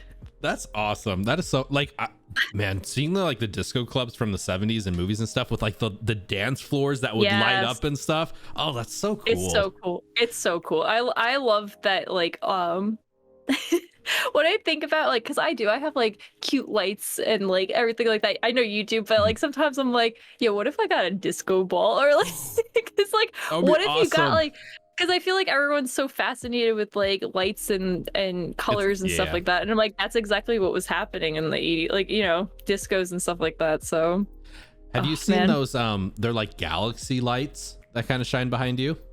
I have one. Yeah, do you like it? So I have one that I thrifted for, I think, $8, and it goes for $100. Wow. And it probably was at the thrift store because like the fan in it is a little loud. But I haven't put it on stream because I'm like, I don't really, it would just be like on my bed, I guess. But like, yeah, you have to get a good one though, because I feel like they sell them on like Amazon and stuff. And like, I've gotten one for like my nephew, and I'm like, this is so great. Like, you're gonna have stars in your room, and it's just like real like bad stretch stars, and just like it's so like low budget looking. And I'm like, I'm sorry, buddy. Low res. Like, you know, like the pictures make it look like a laser light show, and it's like this amazing thing, and it's just not. And I'm like, I'm sorry, buddy. Do you ever see those tweets, like when somebody just tweets something really random and it somehow blows up and gets like 500,000 likes, and then just right in the comments below it'll be like, by the way, check out this galaxy thing, or check out this, I don't know, like shark outfit. Why? But you know why that happens, right? Because they get contacted. The marketers, they're like, hey, this is a huge tweet. People are going to click the comments. People are going to scroll through it. And if they only get 1 or 2 or 3, I mean, that could pay for itself. So yeah. It's marketing stuff is so fascinating to me. Like, I love the psychology of humans. Like, as for all the pros and cons of humans, I mean, people can be pretty gullible in some things. People can be really easily sold in other things. And people, it's so interesting how just somebody who you really connect with, who you like love watching their streams or love watching their content or something, all they have to do is come up and be like, this is brought to you by or sponsored by insert company. And a lot of people might skip past it, but there will be some people who are like, hey, what is that? Yeah. What's wild to me about it is again, because like I originally came to Twitch because of my job, and I sponsored one of my closest friends, and I remember we had like a very deep discussion, because like the way that my company does it is like, it's very chill. Like, we're really laid back. We're like, you just say like these 3 things, we pay you, you get the free product, not a big deal, right? But some people, like viewers, when streamers do that, they look at them like a sellout, and like they're just like, I can't believe you're doing that. And like, I kind of get it, but at the same time, I'm like, shouldn't you be like, they got sponsored, that means they're getting paid just to do this. Like, shouldn't you be like a little, you don't have to buy it, but just support them and just be like, yeah, like, good job. I don't know, to me. So I'm like, I know that a lot of streamers though, they get like a lot of shit for that, being like, why are you promoting this? And I'm like, because they're getting paid, and like all they're doing is just like, hey, check this out. Like, I don't know, it's just like, it's so bizarre to me. Like, I get it from both angles, but at the same time, I'm like, just support people. Like, yeah, I think it's a weird kind of, I don't know, like I think when people are sponsoring products that they don't like, genuinely don't believe in, and it's just because they're getting money shoveled to them, sometimes that can seem a little disingenuous, you know. But no, like, and I get that too, because that's also because like I said, I see it from both angles. Like, I've had people be like, can I try these out before like I promote them? And I'm like, absolutely, because I'm just like, there's nothing worse than doing that, especially when like you have a huge following and you're like, yeah, because then it looks bad on your end and stuff like that. But so I do get that aspect of being like hesitant to do it, but exactly what you said, like, just you try it out yourself, and then if you want to like promote it, you promote it. But I mean, there's even some people who get upset when people have like sub goals or bit goals, or, you know, like play bits or like spend bits and you get like sound effects kind of thing. Like, I've just come to the conclusion, like there's always going to be some people who are offended by some things or hate some of these other things. And it's like, I mean, at the end of the day, it's all about what streaming means to you. And if you're trying to use this as a like actual side hustle job, or like jump off it into like an actual career, the sad reality is money is a part of that. So as long as it's not like in your face, like sub only chats, like I'm not super crazy about those, or when they're just like, if you want to be a friend, you gotta sub, like when it's that kind of thing. I don't like that. Like I mean, everyone's got like, you know, their own skeletons and stuff like that. But like to me, it's just like one of those things where I think you can kind of tell with people like how genuine they are when people do things.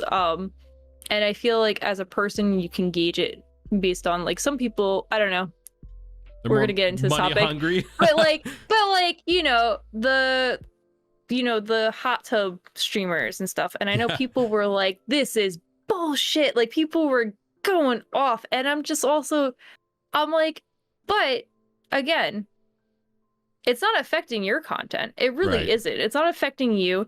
Because I know guys, not even trying to be like you guys, but like men were just like, this is BS. This person's got like 1,000 of viewers and stuff like that. And I'm like, again, but like these people aren't coming to your stream because it's not what they're interested in. And like that's a hard pill to swallow. But there are these girls in hot tubs. I've seen guys in I've seen Uncle Ira from Avatar in a hot tub. I'm like, these people aren't going to your stream because they're not interested in your content. But that doesn't make you a bad content creator. It doesn't mean your streams suck or anything like that. So are they getting money? Yeah, they're getting money.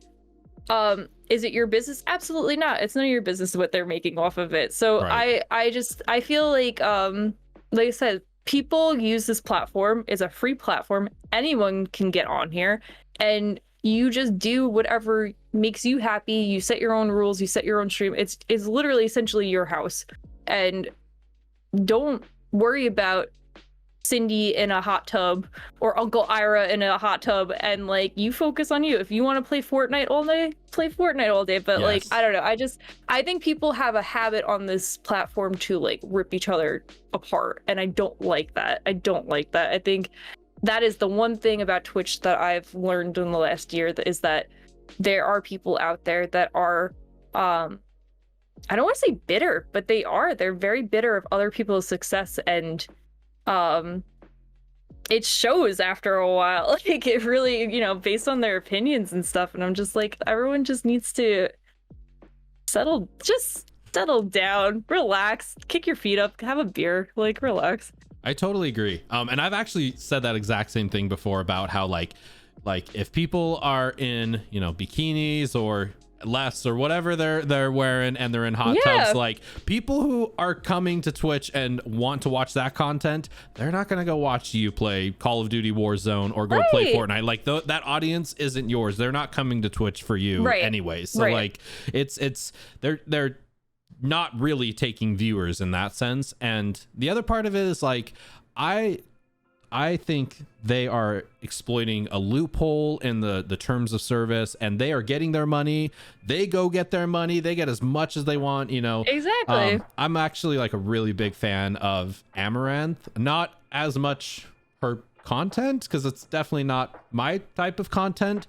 But the business aspect, she is like one of the most brilliant business women I've like ever seen in my entire life. Like I look up to her, like I look at a lot of like her business tactics and stuff she uses, and she is brilliant when it comes to marketing, how she uses Twitch to leverage like her OnlyFans content and like leverage like all of her other social media stuff, her YouTube stuff. It's, again, not exactly the content I'm spending my time looking for, you know, but like the taking a step out of that and just looking at it from like a business aspect, she is incredibly intelligent, and she streams like 8 hours a day, 6-7 days a week, has multiple YouTube channels that have hundreds and millions of subscribers. Like she hustles her ass off, and these people, and I feel like people like discredit that with like a lot of stuff, and it's just like that's not fair. Like shut up. Right. And that's I mean, not cool. I get I understand people who don't want that kind of content on Twitch. Like I see that, like Twitch,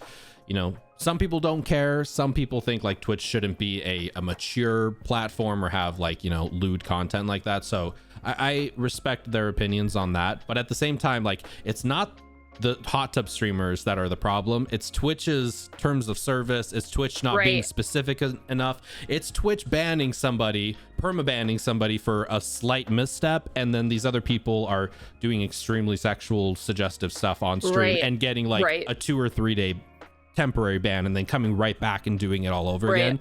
So I don't think it's the hot tub streamers that are the problem. It's more so Twitch not, you know, stepping up to the plate. So but I don't know, like it's interesting. Twitch, the whole Twitch meta is so fascinating. There's a streamer I follow called Devin Nash, and he does a lot of content just focusing on the Twitch meta, the whole like where the top tier streamers on Twitch, what they're doing, kind of the content they're going for, and he breaks it down in such a like a marketing business kind of way. It's so fascinating, and just kind of seeing how Twitch is, it's almost like a big ship, and like seeing where exactly it's steering its course. And I don't exactly know if I'm super optimistic the way Twitch is going in the future. I don't know. Could you ever see yourself like streaming on YouTube or another platform in the future, maybe? I don't really know. I don't know, because again, I don't know where this year went. Blinked and it's over. I'm still that girl that's like, right before I hit the live button, I'm like, yo, what if no one shows up? Like, like I am still, so if Twitch sinks, like, I don't really know if I would go. It would depend, because then I feel like you have to really rebuild again, I guess. And not that it would be a bad thing to do or anything like that, but I think for me at least, it's not so much me being like a content creator, because I don't think I am. I don't label myself as that. It's mostly me just hanging out with my friends, like, come on into the community, hang out, let's community leader, maybe. Yeah, like I guess so, but to me it's like, if Twitch were to be like done, it wouldn't stop me from still talking to people in my community, like on Discord and stuff like that. Would I go to YouTube? I don't know. I don't really like YouTube. Like, I feel like people on YouTube are real mean. Like I've made like clips and I've put it on YouTube, and like I have like 3 videos, and I looked at it the other day just to be like, I don't know, like, what is this? And I got like 3 downvotes on like a Resident Evil thing. I was just like, why? Like, and I like I said, like I don't know how streaming works on YouTube. Is it the same idea? Like, do you connect it to OBS? Like, what do you? Yeah. How do you do it? Very similar. The UI is a little different, a little similar. I don't think the UI on YouTube is nearly as nice as Twitch. So Twitch definitely has that going for them. And then you can't gift subs, like sub gifting isn't a thing. I don't think bits are a thing on YouTube. So at least Twitch has more monetization options, has a better UI in my opinion. They've definitely built that like community aspect very well on Twitch. That might be like the only thing Twitch kind of has for it, is the community, and then, you know, maybe the UI and some of the monetization stuff. But yeah, YouTube, I mean, the thing with YouTube though is it's such a huge platform. Like it is so much bigger when in comparison to Twitch. And like Twitch is a big place, but it's like Pluto compared to Jupiter, kind of, you know? Yeah, I get it. But I guess the other thing with YouTube that people don't really take into consideration is, like, if you get on YouTube, most people who jump on YouTube are going there because they want to watch really high quality content, not exactly because they want to watch somebody live streaming. Whereas if somebody goes to Twitch, 99% of the reason they're on Twitch is probably to watch people live stream in this moment, in this time. So it's kind of I know there's like Facebook streaming. Facebook gaming, like, what, even that, I remember my one friend's like, I guess it's not like, I guess it is the same idea, like affiliated on there, and you gift stars or something. It was like something really I'm like, this is weird. I don't like this. Get us out of here. I'm like, goodbye. Oh, I haven't. Yeah. I deleted my Facebook like so long ago, and I haven't ever been on it. I was actually like on, like, wifey was like showing me something on Facebook a few weeks ago, and she showed me, and I'm like, oh my god, it looks so different. This, like, what even is this? It's, yeah. Do you have like specific social media platforms that you usually kind of tend to focus on and don't ever get on others? I'm mostly on Twitter. That's your go-to? I've had Twitter since you could tweet from your phone, that you had to send a text message to Twitter to tweet. Wow, like, yeah. I disgustingly amount of like years on Twitter. And I don't know why. I think it's just like, it's just great. Like I don't have any complaints about it. Especially when you go in those like really the threads. Oh my god, some of them are so good that they're just so, I'm like, that's like my guilty pleasure. I'll be like 3 o'clock in the morning, I'm like, what are they saying in this thread? Is so good. Like, yeah. Facebook, I deleted my Facebook a really long time ago, and then I know with Instagram, I think you have to set it as like a business account, you have to have a Facebook to like attach it, which was like, I was like, no. So then I made a Facebook that I don't even look at. It's just like buried somewhere. Like, people in my life, like my parents are on it, and I'm like, I don't look at it. And then Instagram, it's become like dead to me. Like I separated my personal Instagram and like Twitter and stuff from HangryHangryHeather. Just because like I am very personable. I'm okay. Like what I am, like I have friends that come from real life into my streams, and they're like, exactly how you are on your streams is how you are in real life. And like, because I'm like, I have nothing to hide, but also I got like a little bit of privacy that I would like to keep. So like, I don't need you to see my friend from like 12 years in pictures with me at a bar. Like, you don't need to see that. Like, so, but yeah, I think honestly, like Instagram, not even Instagram, but like just mostly Twitter. And then Instagram, I'll post like my art on there, but I don't really, I guess like my personal pages and stuff, I don't look at. It's mostly just like HangryHeather.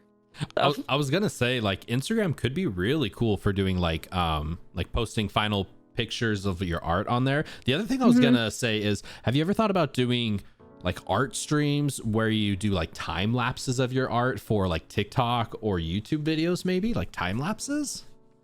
So I've posted time-lapse videos on Instagram because with Procreate on a tablet, it does a time-lapse for you, so you don't even have to, it just does it. But and it is cool because I've seen like TikTok videos of people doing time-lapse videos with like art, and it is really cool. I also, because it is a time-lapse, I guess I could edit it, but you'll just see me, because I will not remember that it's a time lapse. So you'll see me drawing something over and over, and it's not coming out right. So then I just start drawing like dumb faces on it and like make it, but that's in the time lapse. So yeah, I feel like it works for what it is, like a time lapse, but because I know people really do enjoy watching it, and it's like therapeutic in a way. It's the same idea when people show like their sketch and then they like erase it to like the final product. I don't know if you've seen stuff like that. It's so cool. Yeah. I should get into that more, because like honestly, I have a TikTok, but I really don't know how to post things on TikTok. I just figured out TikTok like a month ago, and like I'm on it all the time now, and to where my boyfriend's like, please just get off of TikTok. It's addicting. It totally is. It is, because you know what, the algorithm is just so catered to you compared to, I don't know, like Instagram's like explore page. Like, I get it. Like, I didn't understand it at first, because I'm like, I got on there and there's like, you know, there's like 16-year-old girls dancing to these videos, and I'm like, I feel uncomfortable. I don't want to be here. And then like my niece was like, here, like, we're gonna do this, and this, and I don't even know what she did, but then like I was just getting like art things, I was getting plants and like things, video games, and it's more catered to me, I guess. But because I know people are like, TikToks for Zoomers, and it's like a whole battle on there with like millennials and Zoomers, and I'm just like, stop. Right. I mean, yeah, I only just got a TikTok a few months ago, and I mean, admittedly, I don't really get on it very often at all. I kind of just get on it to like post clips and stuff that I do, and then I'll kind of use that 10 minutes to go and like a ton of friends, like see what they've posted and maybe comment on some stuff. It's definitely I don't know, like I think of these platforms as almost like they have these guardrails, like these are the rules of the platform. You have 60 seconds, or you have, you know, what is Twitter, 280 characters, I think, something like that. Like you have these guardrails, these rules in place, and then whatever you want to do with them, go crazy. Like I've seen some people on Twitter just have like, especially journalists, they'll have like these massive long threads where they're essentially writing like an essay that turns into like 50 different, you know, Twitter messages. And it's like, I don't know if they quite meant to use it that way, but I guess you can use it that way if you want. So I've seen people like work around it where they've written like in a notepad like everything, and then took a screenshot and then tweeted it, and I'm like, yeah, I guess that's a way to get around it, like, sure. Yeah, I'd say probably I spend most of my time also on Twitter. That's probably the one that I spend most time on. Yeah, it's interesting. Social media is interesting. Like some people are just really into it, some people are kind of in it, dabbling, and then other people who just like don't want, like there's those people, you know, who just don't want anything to do with it. They don't got nothing, they just kind of go do their job, come home and chill, and they're pretty comfy with that. Twitter's interesting. Probably one of my biggest things I like to do is actually like go through like political stuff on Twitter. I don't ever comment anything, or I make sure I don't like anything because I don't want to mess the algorithm up in that regard and start getting all sorts of crazy recommended tweets and stuff. But yeah, I'm like super big into like politics, and just like not into it per se from like a specific side or specific philosophy or anything. I just like to see how people's brains think, and most times it's very disappointing how my fellow humans think, but sometimes there's like some smart conversations in there. No, I'm guilty of doing that too. I'll just I don't know, I'll peek in stuff and I'll be like, yeah, that's the answer I thought it was gonna be, and then I just I'm like, it's good. Do you ever listen to like any podcasts, or is like podcast a thing that you're into at all? There is a podcast called Reply All. And I'm saying this in such disappointment because it was my favorite podcast. I've listened to it for years, and recently one of the hosts, they had to kick him from the show because apparently his behavior against like people at the office, it was just something really sketchy got leaked about him. Which makes me really sad because I loved him.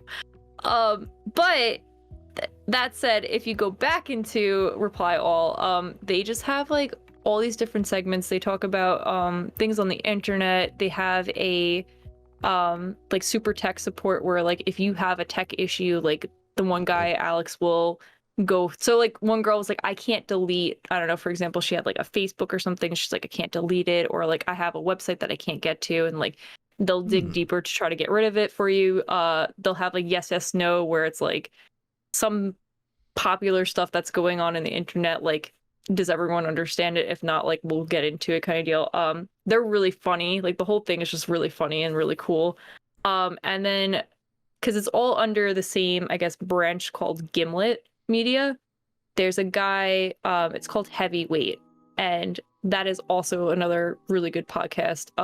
This guy will talk to people about their lives and something that's happened in the past to them that they want to, I guess, reconcile in the future. or like revisit and talk about it. And some of them are really, again, it's called heavyweight. Some of them are really heavy, and then some of them are just really funny. Like one guy was like, I broke my arm when I was in 3rd grade, and no one in my family remembers this except me. And anytime I bring it up, no one remembers this, and they think I'm crazy. So this guy helps this guy by getting in touch with like old camp counselors old doctors and stuff like that to present to the family, to be like, this actually happened, and they're all just like sitting there like, how did we forget this? Like, it's just little like awesome. It goes from like really heavy stuff to like stuff like that I find like joyful. But yeah, those are probably my two main podcasts that I listen to. And I went through your podcast and was listening to some of your stuff, and I enjoyed it. Yeah. Was there a particular one that you were listening to that you really liked, out of curiosity? I really liked the one with Doro. Oh yeah. He's really cool. Yeah, he's really cool. I like Doro, and I liked the one with Porto too. But yeah, Doro, a lot of stuff that he was saying on there, I was just like, yes. Like, I remember you guys got into like imposter syndrome and stuff like that, and I was like, oh, this speaks to me. I was just like, because a lot of times I'm listening to stuff when I'm at work, and I'm just sitting there, and I'm like, I feel this. Like, I get it. So yeah, that one was one of my favorites.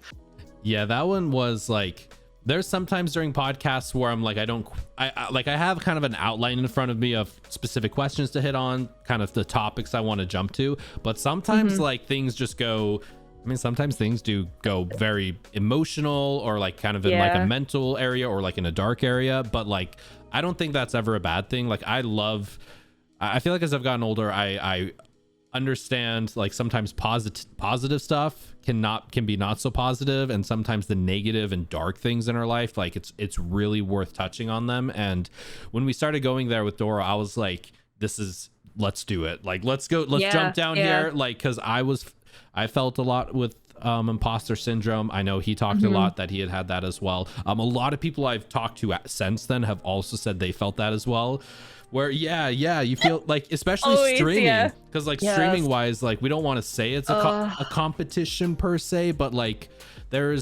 you're always taking inspiration from your friends, you're always taking ideas from your friends and trying to tweak them in your way, and there's always that voice in the back of your head saying like, oh, you're not good enough to do this, or are you just copying this from this person, or like, why are people watching you, or when they could be watching this person? And there's just this constant voice, and you're like, please go away now. Like, I just want to be happy and make stuff that I enjoy making. And yeah, that was a great one. Like, Doro is an absolute legend, and it was so awesome having Doro, because he's the first real like YouTuber per se who does like original content specifically for YouTube. And a lot of the streamers he follows, a lot of the YouTubers he follows, I also follow as well. So there was a lot of stuff in there where we were hitting it, and I'm just like, dude, we're definitely brothers, we just don't know it. yeah. No, I appreciate it, because he was very like real about it, and I think that, like, because I've never talked to Doro, but like, just him as a person and listening to how he was speaking, I was just like, yeah, he's not like putting up like, I don't want to say like a mask or anything, but he's just like, this is what I feel, this is exactly what you're gonna hear, and like, I'm not gonna sugarcoat it, I'm not gonna like try to make it more like peppy. Like, he was just like, this is it, like, this is what you're getting. And like, I liked that a lot about it. So people can also sense that too, like, especially when you're doing stuff like this, like podcasting and just having long form conversations, the way like people's reactions look, or their tone of voice, or how they say things, you can just, as humans, we can sense when somebody maybe is being a little bit hyperbolic or exaggerating. We can kind of get a sense of it. And when people are just honest and not putting on a mask, and kind of like you said earlier, like, your friends are like, Heather in streaming is the exact same Heather in real life, you don't ever have to worry about that feeling of like, I'm putting on a show. They're gonna find out like who I really am. And it's like, you're just going live and being you. Right. Even with like imposter syndrome, because like I feel like I'm not like a huge, I don't think of myself as a huge Twitch person. Like, I'm not a content creator. I don't know what I would I'm just a girl trying to have fun on Twitch. But I get hit with that sometimes. And even recently, what I've been struggling with streaming is multitasking and trying to keep up with chat. And I don't know how streamers do it, because there's a few times where I've had to, like, I have a timer that goes off that's like, hey, I miss things in stream, like, please just repeat it to me. But I've had people be like, you're not reading my messages, or like, you know, she doesn't care or anything, and it makes me feel real bad. Like, it does. And I've addressed it to people. I'm like, I'm not doing it on purpose. Like, it is really hard to read a chat full of people try to figure out like who is talking to who and like am I part of this conversation or not. I have to remember what, you know, I don't know, what you said to me 5 lines above and then continue that and right. At the same time play a game or do like it's a lot. And I get really, I don't want to say bent out of shape, but it hits me because I'm like, I don't want people to ever feel like I'm ignoring them on purpose, like I don't care about them or their day or anything like that. Right. I just genuinely miss it. And I get like a weird imposter syndrome, and I'm like, maybe I'm not cut out for this. Like maybe like people are looking for like actual content creators and I'm just like being me on like stream, like, you know what I mean? But that's something that I've been, honestly, like I've been struggling with, and I've been like this, especially this week, I've been having like really bad imposter syndrome, and I'm like, is it me? Like, is there any, and I'm like, I've asked people, I'm like, what do you do? And they're just like, there's nothing you can do. It's just, that's the beast of the nature. And I'm like, but how do you just be like, and they're like, because you know what, people that understand will actually understand. And like, that is not your job to like, make people understand. Like again, they're like, the platform is so big that if people get upset, like they can, you know what I mean? Like right. It's not something that you should, like, I don't know, that's another thing. Like it is very hard for me on Twitch to kind of get like a thick skin with things. And not that I'm a people's pleaser or anything like that, but I want people to have a good time, obviously. Right, like right. And I want people to feel safe in my streams and like feel welcome. And when I am told like anything else than that, I'm like, oh, man, maybe I'm just doing a bad job. Like, I don't know what to do. And I'm like, I don't think I'm doing a bad job, but like, maybe I guess I am because I'm making somebody feel that way. But yeah, imposter syndrome, it sucks, man. And I didn't feel that. I haven't felt that since like college and doing art critiques. And like everyone puts their stuff on the board and like everyone's got to go through, and oh man, that's what the streaming sometimes makes me feel like, is like exactly what you said, like you're not trying to look at other people's success and whatnot, but like at the same time you're like, okay, well, they're averaging this many viewers. What am I doing that I can't get to that point? Or like, why am I not doing that? Or like, why is 1 week, like I know Dora was saying, like, why 1 week I'm having like this many viewers and then the next week it like plummeted. Like what did I do? Yeah. So that's why a lot of times like I don't look at viewer count, because it's not so much of me being like, oh man, like there's not a lot of people. It's more or less me being like, sometimes I'm like, oh crap, there's a lot of people in here, and now I'm nervous, and like right. Those big raids come and I'm like, oh, like right I was okay thinking there's like 5 of us in here, but there's definitely not. Like yeah, so no, I completely feel that. Like I've been talking to a couple people who are just, I don't know if it's the summer season or, you know, people are getting back to their jobs. COVID's kind of like starting to ease up, but right. Yeah, just the past month or so has just a lot of people have been seeing very different Twitch numbers, average viewers than they were a few months back. So yeah, I've been also like very much struggling mentally. I feel like I'm kind of getting out of it, kind of getting back in the sense where like I was really focused after I left my job. I just became like hyper focused on numbers, on growth, mm-hmm. on like diving into the weeds and trying to figure out every strategy or idea that I could do. At that point, you're your own boss, right? In your own company, like you are your own brand. So I get that. That's hard. Yeah, that's hard. And the thing, like, honestly, what I would tell everybody out there listening, the thing with content creation is honestly, the more or the less involved you are from the money side of it, the better content just naturally you will make. Yeah. And that's why I almost think the optimal strategy is almost to have like a part-time job and then to do this the other part-time, so it equates to like a full-time job, or like a full-time job right. if you can, and do this on the side, because then you don't ever have to worry about like subs or bits or hype trains. You don't worry about any of that, and then you just go and have fun. And then I mean, yeah. Of course the average viewer thing is pretty tricky, but like I've kind of gotten to the point where I don't really even look at like the Twitch summary afterwards. I'm just like, yeah, I felt like I had a great stream. We were all chatting about a ton of stuff, and whether there was 20 or 30 or 50 or however many people was in there, we were just all having a bunch of fun. And I've been doing that this past like week or so, and I have been noticing like a different like attitude, you know, a little bit more excitedness to be streaming.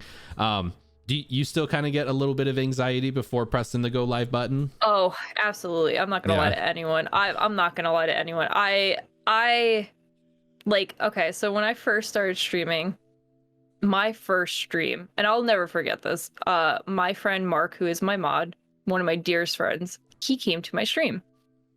Again, was not expecting anyone to come because, again, Heather does not stream. We're not doing this. Go press live. I'm streaming Skyrim again on a laptop that is barely functioning with a capture card that's like $40 off of Amazon. And he comes in and he starts talking to me. And I cannot express to him enough how grateful I was in that moment, because I hate admitting this, but I have not had a stream yet where I haven't had one person in chat. Like, I've always had a stream where there's a few people, or at least one person that's talking to me in a stream. And he really melted that anxiety of being like, what if no one shows up? Because he was just like talking to me the whole time, really engaging. And if that's something I wish that, like, because I know there's a lot of people that struggle out there that are like, I can't get, like, I stream, there's no one active in my chat, no one's talking to me, and they start feeling really horrible about their streams. And you know, he kind of was, I don't want to say like my crutch, but he really gave me a perspective like, this is streaming, you're going to talk to people, you're going to play a game, and like, what do you plan on streaming full time? Like, what's the deal? And like, I love him to death, and like, I think I'm up and down every day. I'm like, that was like the best experience of a first stream I've ever, like, I wish I could give to people.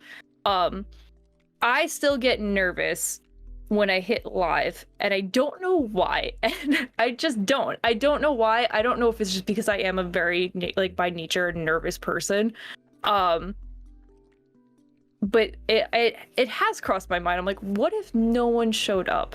Like, what if no one showed up? Like, what if I started a stream and no one showed up? Because, like, I'm not really here to play a game. I'm here to hang out with people. Like, you know what I mean? Like, the game's there, but I like engaging with people. I like talking. Like, that's why you stream and don't play it offline. Right. Like, that's the fun of it. And yeah, I do. I sometimes, again, I like, and I've never had an experience like that, so I don't know why I have that like weird fear. And then in my head, I'm like, well, if no one shows up, then you just turn off the stream and that's it. Like, you know what I mean? Like, a logical thing. Like, all right, then no one shows up. That's okay. But yeah, no, I do. I still get I get nervous. I don't know. Do you get nervous? Because like, it's like a mixture of like me having nerves and me being like, oh shit, what if my computer just like like, what if I have tech issues? And then again, like, because last week I had a lot of tech issues, and I'm like, those streams I hate those streams, because now it's like, it's just my face. I'm probably looking really upset on my face because I am upset, and now I'm trying to troubleshoot, and this turned into a troubleshooting stream, and I have no idea what I'm doing with computers, and it's just awkward. My audio is messed up. I'm dropping frame, like, you know, it's just a hot mess, like, and why? It's just for everyone to see, and I'm just like, yep, this is it. So yeah. Do you still get nervous though, or no? You're like, we're doing this, let's go. I honestly don't get nervous at all for pressing the go live button, but I do get nervous about tech issues because I've been notorious. It's a very big joke in my community that I used to stream for like the first year. I streamed straight off my MacBook Pro, and I didn't even stream on the Mac side of it. I had to install Windows and like side load it, so I wasn't even really using the best capabilities of my Mac essentially. And I'm very, very, very, like, I'm extremely passionate about having as high quality a setup as possible. Like, I want A+ audio, I want A+ visuals, I want everything to be as smooth and high resolution and pixel perfect as possible. And when it doesn't happen, it just drives me crazy. And it's always like you were talking about, like, if it's not the camera, it's something with the audio not connecting, or it's the computer. Like, there's been times I've started streaming and it starts dropping frames. I'm like, what's going on? And I look over at my laptop and there's like 4% battery left, and I'm like, what? Why? We're like 20 minutes into the stream. And then you just have to raid out and you're not really happy and you're frustrated. And it's like, I guess we're having a 20-minute stream today. That's just what it's going to be. And yeah, so I feel like lately I've kind of started getting stuff like fixed out since I got my PC and everything. But yeah, I mean, going live, I don't know. I feel like I was more nervous in the past about like the outcome of the numbers, like the final number that you get in your stream summary. But now I just really don't care. Like I'm doing other things outside of streaming, like especially podcasting, doing stuff on YouTube. And I just want to get to the point where, like, you know, if 20 people's there, awesome. If 200 people's there, awesome. If 2 people are there, awesome. Like, I'm just there to have fun and, you know, talk to people, and whatever happens. And yeah, honestly, podcasting, like placing the call for the person, that is way more anxiety. Really? I called you this. right. So what always happens, I was like, let's do this. Like, what always happens, I'm like in the message, I'm like all ready to go, and it's like, yep, ready. And then I'm like taking a sip of my drink, like, okay. And then I've had a couple times. Oh no, you are totally fine. Because like I literally went to press the call button and it was like, Heather's calling, and I'm like, here we go. So, but yeah, like 2 minutes in, I'm like, all right, we're good. This is gonna be great. We're gonna be chill and it'll be fun. So yeah, I don't know if it's just time, and just as you go on, like things start to become easier, because they do become easier the more practice you put into it. They do. But yeah, I feel like just anytime there's a live audience, whether it's performing on stage, Twitch, public speaking in front of people, like there's always going to be, no matter how many times you've done it, like just a little bit of that anxiety, you know? Yeah. I have to say, like, it's really funny because my boss, again, she comes into my streams and stuff. We have Zoom calls for our job, and she'll be like, all right, you have to take the lead. And I'm like, no. And she's like, what do you mean? And I'm like, I'm my palms are already sweaty, like I can't do that. And she's like, you talk to people, like right now I'm like talking to you and I'm totally okay. And she's like, you talk to people on a regular basis, like, and I'm like, yeah, but I don't know, like I'm not having face to face with them. And they're like, she's like, yeah, but you're still talking to people. And I'm like, yeah. And then you know what though, which is why streaming has been really good for me, is that I just switched on, like, not like a streamer mode, but I'm just like, you're getting what you're getting. Right. And then like it completely melted away, and I'm like, you know what, and if I did bad on this call, then don't put me on calls anymore. Like, it's totally fine. But yeah, I think the one thing with streaming is it really has, I don't want to say built up my confidence, but it's made me less fearful in terms of just speaking and just being like, that's it, like I don't have to overthink what I'm about to say, or really, I guess, like put on a filter. It's just like, that's it. Like, I don't know. That's why I was like, you know what, if you don't want this on your YouTube, that's totally okay. It will absolutely be on. We've already had like a lot of great conversation. I feel like just as I've gotten older though, there's just become more of the sense in my head, like it just really doesn't matter what people think of you. Like, like the more I feel like we're so concerned inside what other people are going to think about us, but other people really don't, for the most part, care. They're too busy focusing on themselves and what somebody else is going to think about them. And we're all in our own little head bubbles. Like, do I look good today? Do I sound good today? Am I going to say something good? And like, nobody really cares. No. And you know what it is too, is like, I feel like you just, I've always been a fan of just fake it till you make it, honestly. Like, you don't know it, it's okay, but it's one of those things where people are like, and it's just psychologically proven, like people are more drawn to people who are confident, even if they're not. Just fake it, like, because, you know, if you appear confident, it not only makes the person kind of feel less like nervous, exactly what you said, like, you know, and it also not makes you look I don't want to say better, but it also just makes you look, I guess, like more comfortable to that person, to be like, all right, they're confident, like I should be confident too. Like, it's encouraging in a way. So like I feel like I'm a big fan of fake it till you make it in terms of being like confident. I'm like, I'm not confident at all, but we're pressing go live button, whatever happens, like whatever. One of my favorite quotes I've ever heard in my entire life came from my friend Lolly Lycan. And she said, "Those who matter don't care, and those who care don't matter." And when she said that, I was like, I could get that tattooed on my body. That's like such great advice. And yeah, just like be yourself, be as wholesome and honest with yourself as you possibly can be, and just go out there and, you know, like it. I will say there's a sense of it where it's like, if you mention something to me or you give me feedback, or like Lolly or Fortune or some of these like really close friends I've built friendships with, I do listen and do take your feedback and what you have to say a lot more than somebody who pops in and is like, "Hey bro, you're ugly." And then I'd be like, okay, delete. You know, like that's happened. I'm sure it happens to like everybody. Like I've had somebody came on my stream today and was asking like, "Do you like toes?" And I was like, "Toes? I mean, we all got toes." And then some, like, I think King ended up banning the person, and then somebody, it was obviously bots, but somebody else came right afterwards and was like, "Do you like toes, bro?" And I'm like, oh, bro. Oh, we got the toe bots today. We got the toe bots. Yeah. And there's how do you, I guess, like, how do you feel about trolls? Like, how do you handle trolls? I feel like the more attention and energy we give the trolls, the more they win. So I'm always the person who, if it's something like absolutely atrocious, it's just a quick ban and move on. I don't even let it settle in my brain. I know I've seen some people who just get like, it ruins their day, they internalize it, and it's just, I'm just like, you just got to ban that. They're wanting that reaction, and you just got to move on as fast as possible. Don't even let it sink into your brain. Don't even let them get an ounce of brain energy from you. Just move on. It never happened, because they're just trying to get a reaction. It's always more when it's like people who you really care about or trust, and they maybe have some harsh things to say, but at the same time, sometimes those harsh things can come from a really good place, and they're just trying to help you. So it's I'm trying to understand where you're coming from. Maybe you're not saying it the right way, but like, I'm trying to see like where exactly this is going, where it is. Exactly. What about you? Like, are you pretty good with trolls?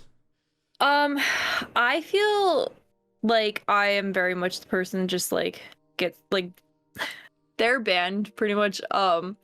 I love my mods because they're all very different and they all have different thresholds. So like all of them, like they all handle trolling and things different. And like all the time, it's usually they'll handle it before I even get to it, because they're just like, no, this is getting out of here. But there is my one friend, Bubble Guts. She is a fantastic content creator, and she plays into it. And I tell her all the time, I wish I could just take you and keep you like in a little pocket, and then just like all my streams just like go, like, because the way she does it, because people have come into her streams, like she got called I think I saw on your Twitter right before and you retweeted it. Was it the like something a wench and yes. I'm too much of a man for you or something? Yeah, like she gets like absurd people in her streams, and like she handles it so incredible, because she'll even be like, her dad comes into her streams, and I think it's so funny because I was in a stream once where like he's like, "You tell him, honey," because she doesn't like attack them.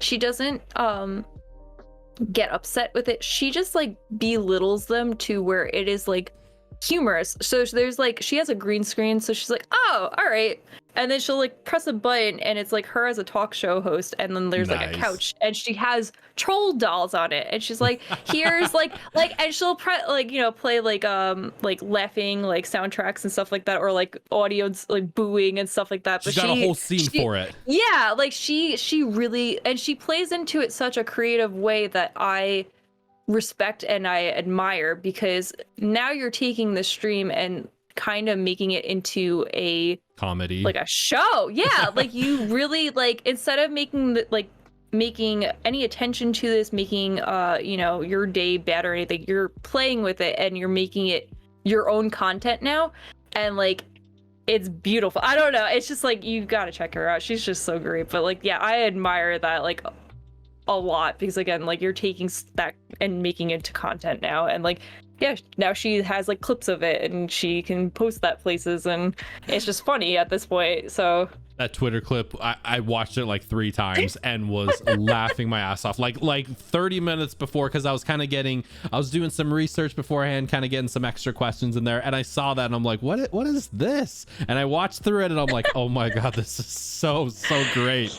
yeah. But yeah, I think like when those people come in and troll, they're really looking for that reaction from the streamer, right, and that whatever they're gonna say or the feelings they're gonna have. And so I always feel like there's like, you can either completely dismiss it, ignore it, ban it, go on. That's usually what I do. Like I don't even give them time of day. That's what I do too. I'm just like, and to them, they don't get anything out of it. Just like, whatever, on to the next person. But if you react like, oh, do you really think this about me? Or like, why would you say that? And like internalize it. They're like kind of winning, like, yes. Yeah. But on the flip side of that, if you just kind of like time them out so they can still hang out for a little bit and just start belittling them or having fun with it, going that comedy mile, you like take the power out from them, and then they're just like, wow, I'm not getting anything out of this. Right.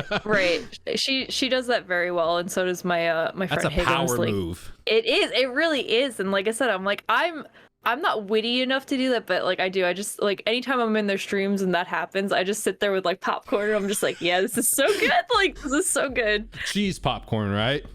Yeah, cheese popcorn, yes. Cheddar popcorn. One question, kind of totally 180 from all of this. Go ahead.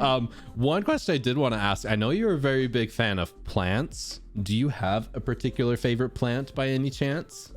Totally 180. Yeah, it really is. I'm a huge, I love succulents, but I love the Monstera plants. The really big ones with like the cutout leaves.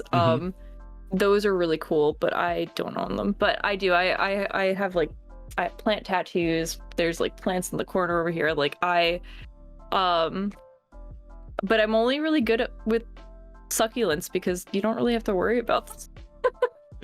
They don't die. Like, and I can forget about them. Like I have my boss gave me a ghost pepper plant.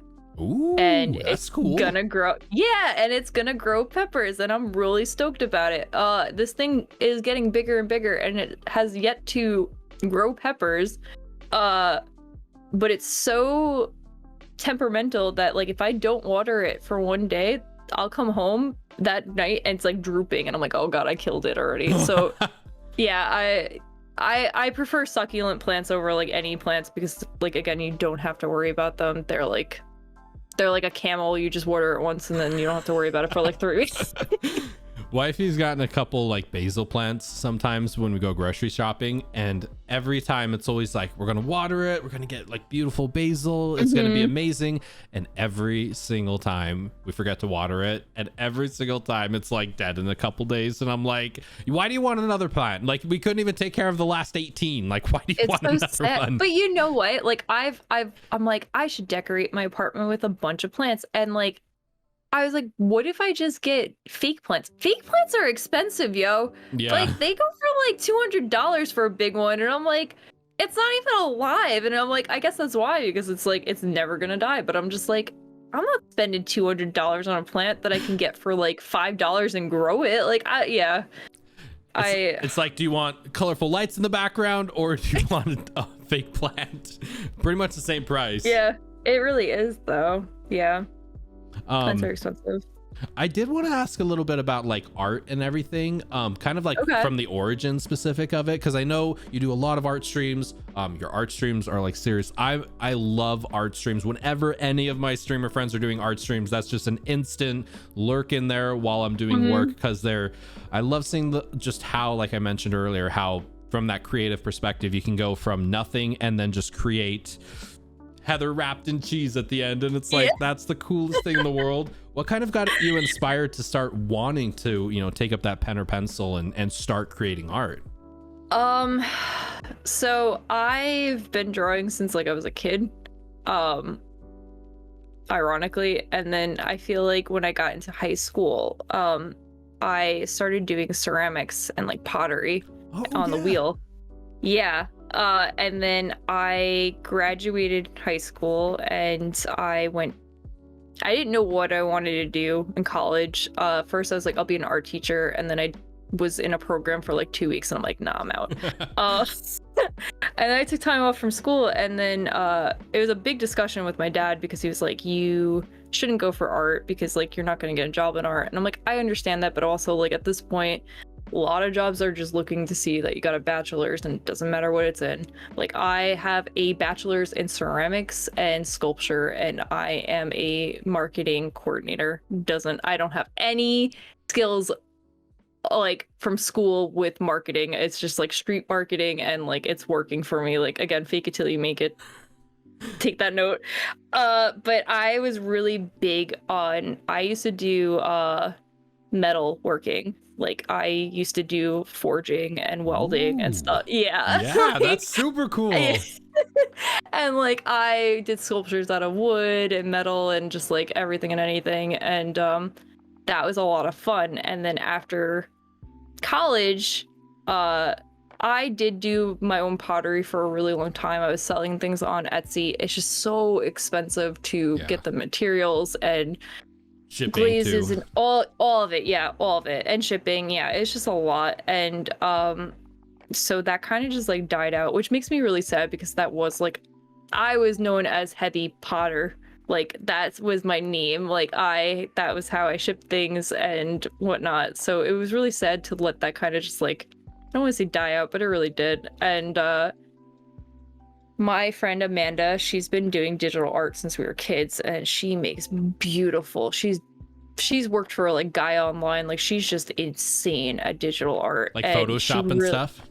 Yeah, but like she does illustration. She's got like her own like comic that she's doing. Like she's just yeah, she's intense.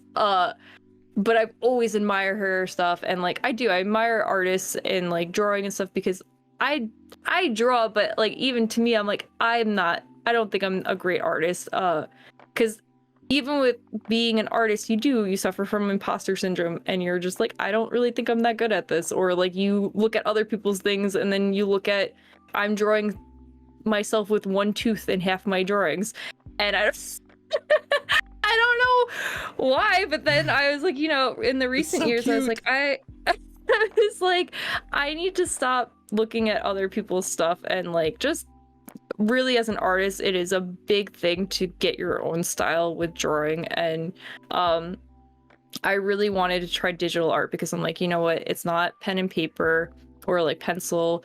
I don't have to buy paint. Like everything is in this digital thing. I could take it wherever I want to go. I don't have to get different sketchbooks and stuff like that. And even over the last, I'm gonna say like 3 years, I've been doing digital art, and it's definitely a different turn from forging and metalworking, but yeah, I enjoyed it.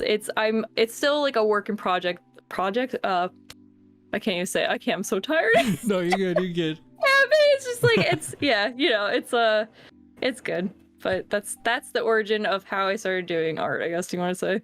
Do you use like an iPad and Apple Pencil, or how exactly do you use it? I do. So I started with a regular tablet that you plug into the computer and stuff, and then they came out with Procreate, and I remember going to the Apple store, and I don't own any Apple products. Not that I'm like anti-Apple and that whole fight of Android and stuff like that. I could care less. But I remember I was playing with it and I'm like, this is really smooth. Like, this is nice. Yeah. And I was like, all right, like maybe one day in the future. And then every time I found myself going to the mall, I'd go into the Apple store and I'd just start drawing. I'm like, just get it. Like, just make the purchase, just do it. And I've never looked back because like, honestly, like Procreate, like I hype it up a lot because it's a $10 program.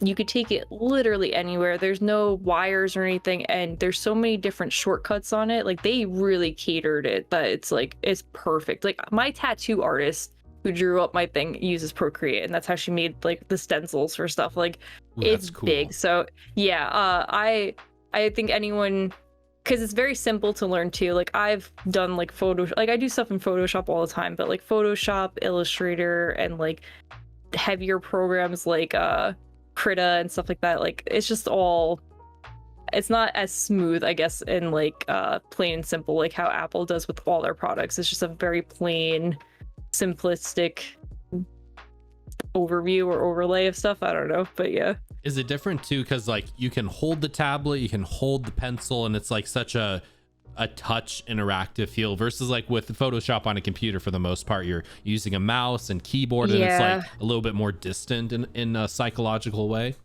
Yeah. So like even like I had with my tablet, like my drawing tablet, it was the one that you can draw and like the screens on it, so that's really nice. But like I know there's tablets where there is no screen and it's just a pad and people draw and they look at the computer screen, and I don't know how people do that. It is so hard. I've done that in the past, and because you're looking at a huge, like it's disconnected. I guess drawing down here and looking over here. Yeah. So I don't know how people do that, and then some people just draw with a mouse, and I'm like, again, I don't know how you do that. So yeah, Microsoft Paint or something. yeah. It's like, it's wild, but yeah, I have to say Procreate is really good and with shortcuts and stuff. And I think I've honed in more on digital, because when you're drawing on pen and paper or using paint and stuff, for me, it's really easy to mess up something. You could be like, I'm gonna paint it this color, and then you paint it and you step back and you're like, that was not the right color to use. Right. Where like Procreate or digital art, you just undo, and then you're like, well, let me try this color. So yeah.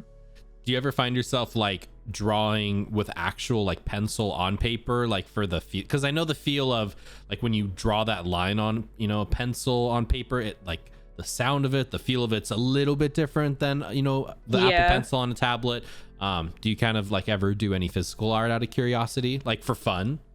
I haven't in a long time, honestly. I liked using charcoal pens and stuff, not pens, but like pencils where you could smudge stuff for like shadows and stuff.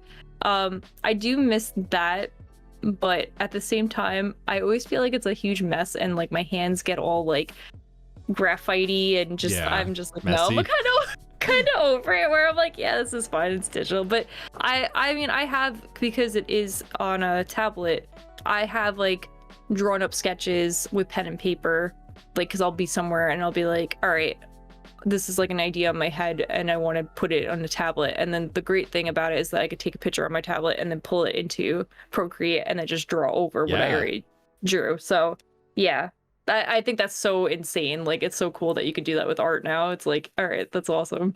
It's this weird, we're like, I think our age is in this weird middle paradigm where like older people, like books as an example, people love reading the physical books, the paper, like opening it up. Just same with like vinyl. Like Suits and I talked last week about how vinyl collection, it's such a physical medium of holding it, of experiencing it, of reading the lyrics and the artwork and everything. It's like same with art, like drawing on something physical, it's an experience with it. And I almost feel like younger generations, and just kind of as time evolves on, a lot of younger people are reading everything on iPads now. They're doing all of their work on computers. Like they're kind of getting away, like all of their music is on Spotify or Apple Music or something. So they're kind of getting away from that physical nostalgia that maybe a lot of us had. And who knows, 20 years from now, people are going to be like, wait, who uses a book to read something anymore?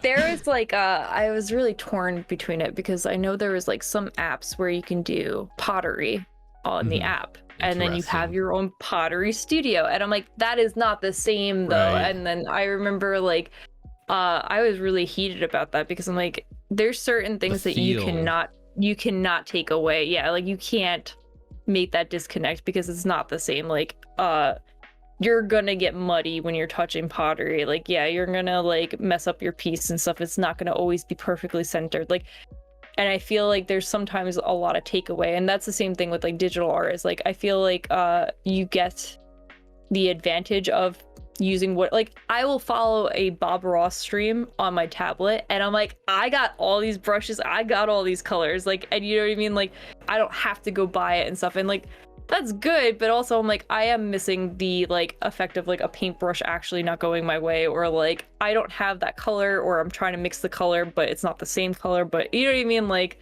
so I kind of miss that, because it's almost like nostalgic when you have to, like, I don't want to say struggle, but like you know, it's like the imperfections almost make it more human in a way, exactly. It's not like a copy kind of, I don't know, not that you're doing that, but it's just like it definitely feels different. I feel that a lot nowadays with music. Like music is so easy to just put into, you know, I was gonna program. say, right. Yeah, because like even with like music, like you can get like a drum pack and you don't even have to play the drum. You just press a button and and there's your cymbal crash. Like, you know what I mean? But you're taking away from the actual physical of like doing it. And there's something that technology, like, I don't know. My one friend, she said it best with because even we were out in California and she took a picture on her phone. And you know, when you take it's same thing with photography.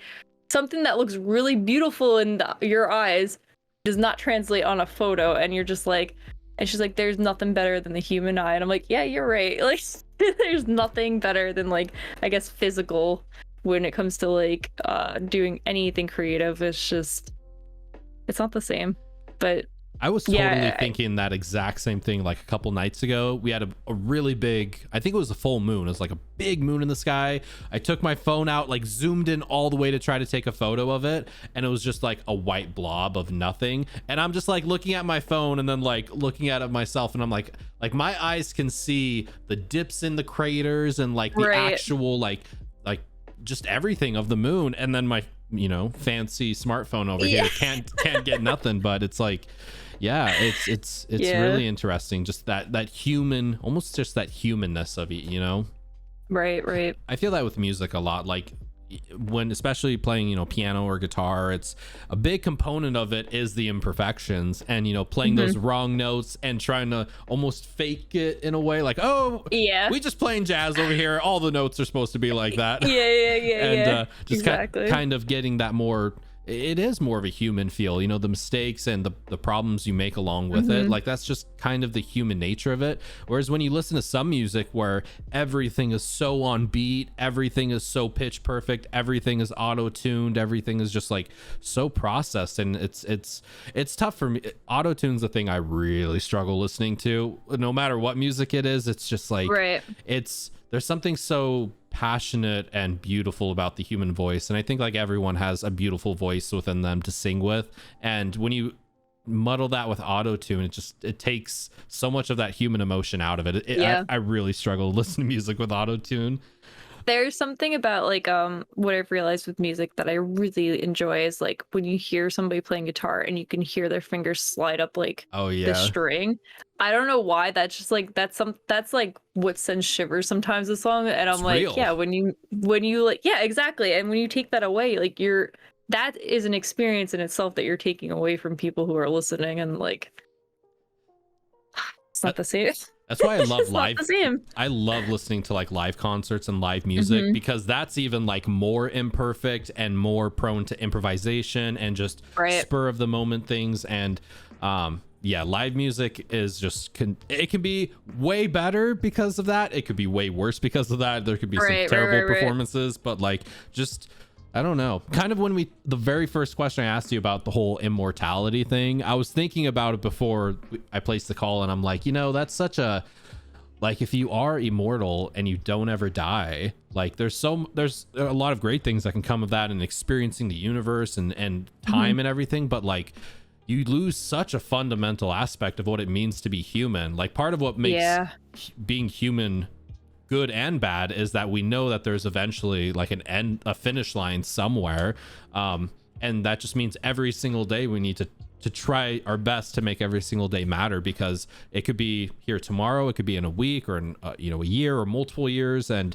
it's just, I don't want to use the cliche of like live every moment and all of that stuff, but it is so true. You have to. Yeah, you have to. Like I think about that a lot sometimes, and especially because like we're getting older, and I'm just like, what is life? Like I'm 29, and I'm like, I'm hitting 30, and like when I was younger, if you were like, what do you want to do when you're, nothing that I said as a kid, like I was set that I was going to be married with a house, probably some kids at like 21, 22.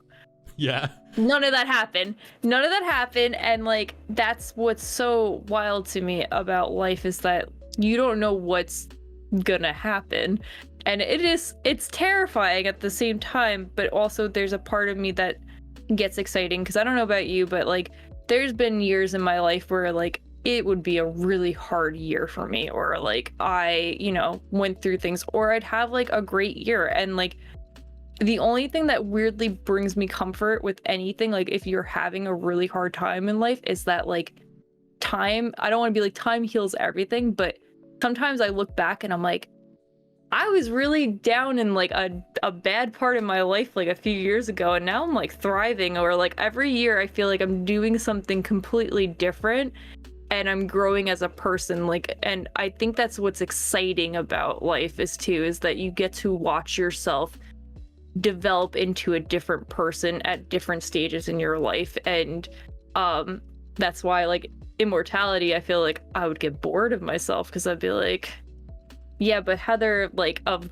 thousands of years ago was a lot cooler than this Heather. Like, you know what I mean? I just feel like like too much time. There is such a thing. Yeah, too much time. So I agree with you, and it's cliche to be like live life to like the fullest and every day of like as if it's your last kind of deal, but like it's true. Like enjoy the time you have, and it's never too late to change paths in your life of anything that you're doing if you're not happy with it, because you got time. I totally agree, like honestly with all of that. Yeah, do you I've noticed with moments with myself, it's almost like every single year or every like 2 years I kind of develop a real deep interest in something and just go super insane, read everything I can about it, watch all the YouTube videos on it, and then like the next year I'll still have interest in it, but it's like I've started focusing my deep attention into other matters, and it's like every year I kind of dive into a new niche. Do you do that as well? Or like every other year or a couple years or something? No, like because I know what you're saying. Like I've definitely, yeah, I guess so. I feel like that's human though. I feel like you do that, because it's not that you're bored with it, but you're just like, okay, like on to the next thing. Like I'm very much the person that once I have something, or once I feel very complete about it, I'm ready for the next thing. And it doesn't even have to be a year, it could be tomorrow, and I'm like, okay, that's like, we're satisfied with this, let's move on to like the next big step or anything like that. So yeah, I feel that. I feel like I get really involved with some certain things, even like pottery, like that was a big part of my life, and I was just like, all right, well, I'm okay with putting this to bed and like on to the next thing kind of deal. But like I said, I think that's just like, that just happens as you get older. Like you're not gonna really, it's sad, but it's just like, you know, at the same time it's exciting, because like what if like in 5 years from now my big thing is skydiving, and like, or like you're going to like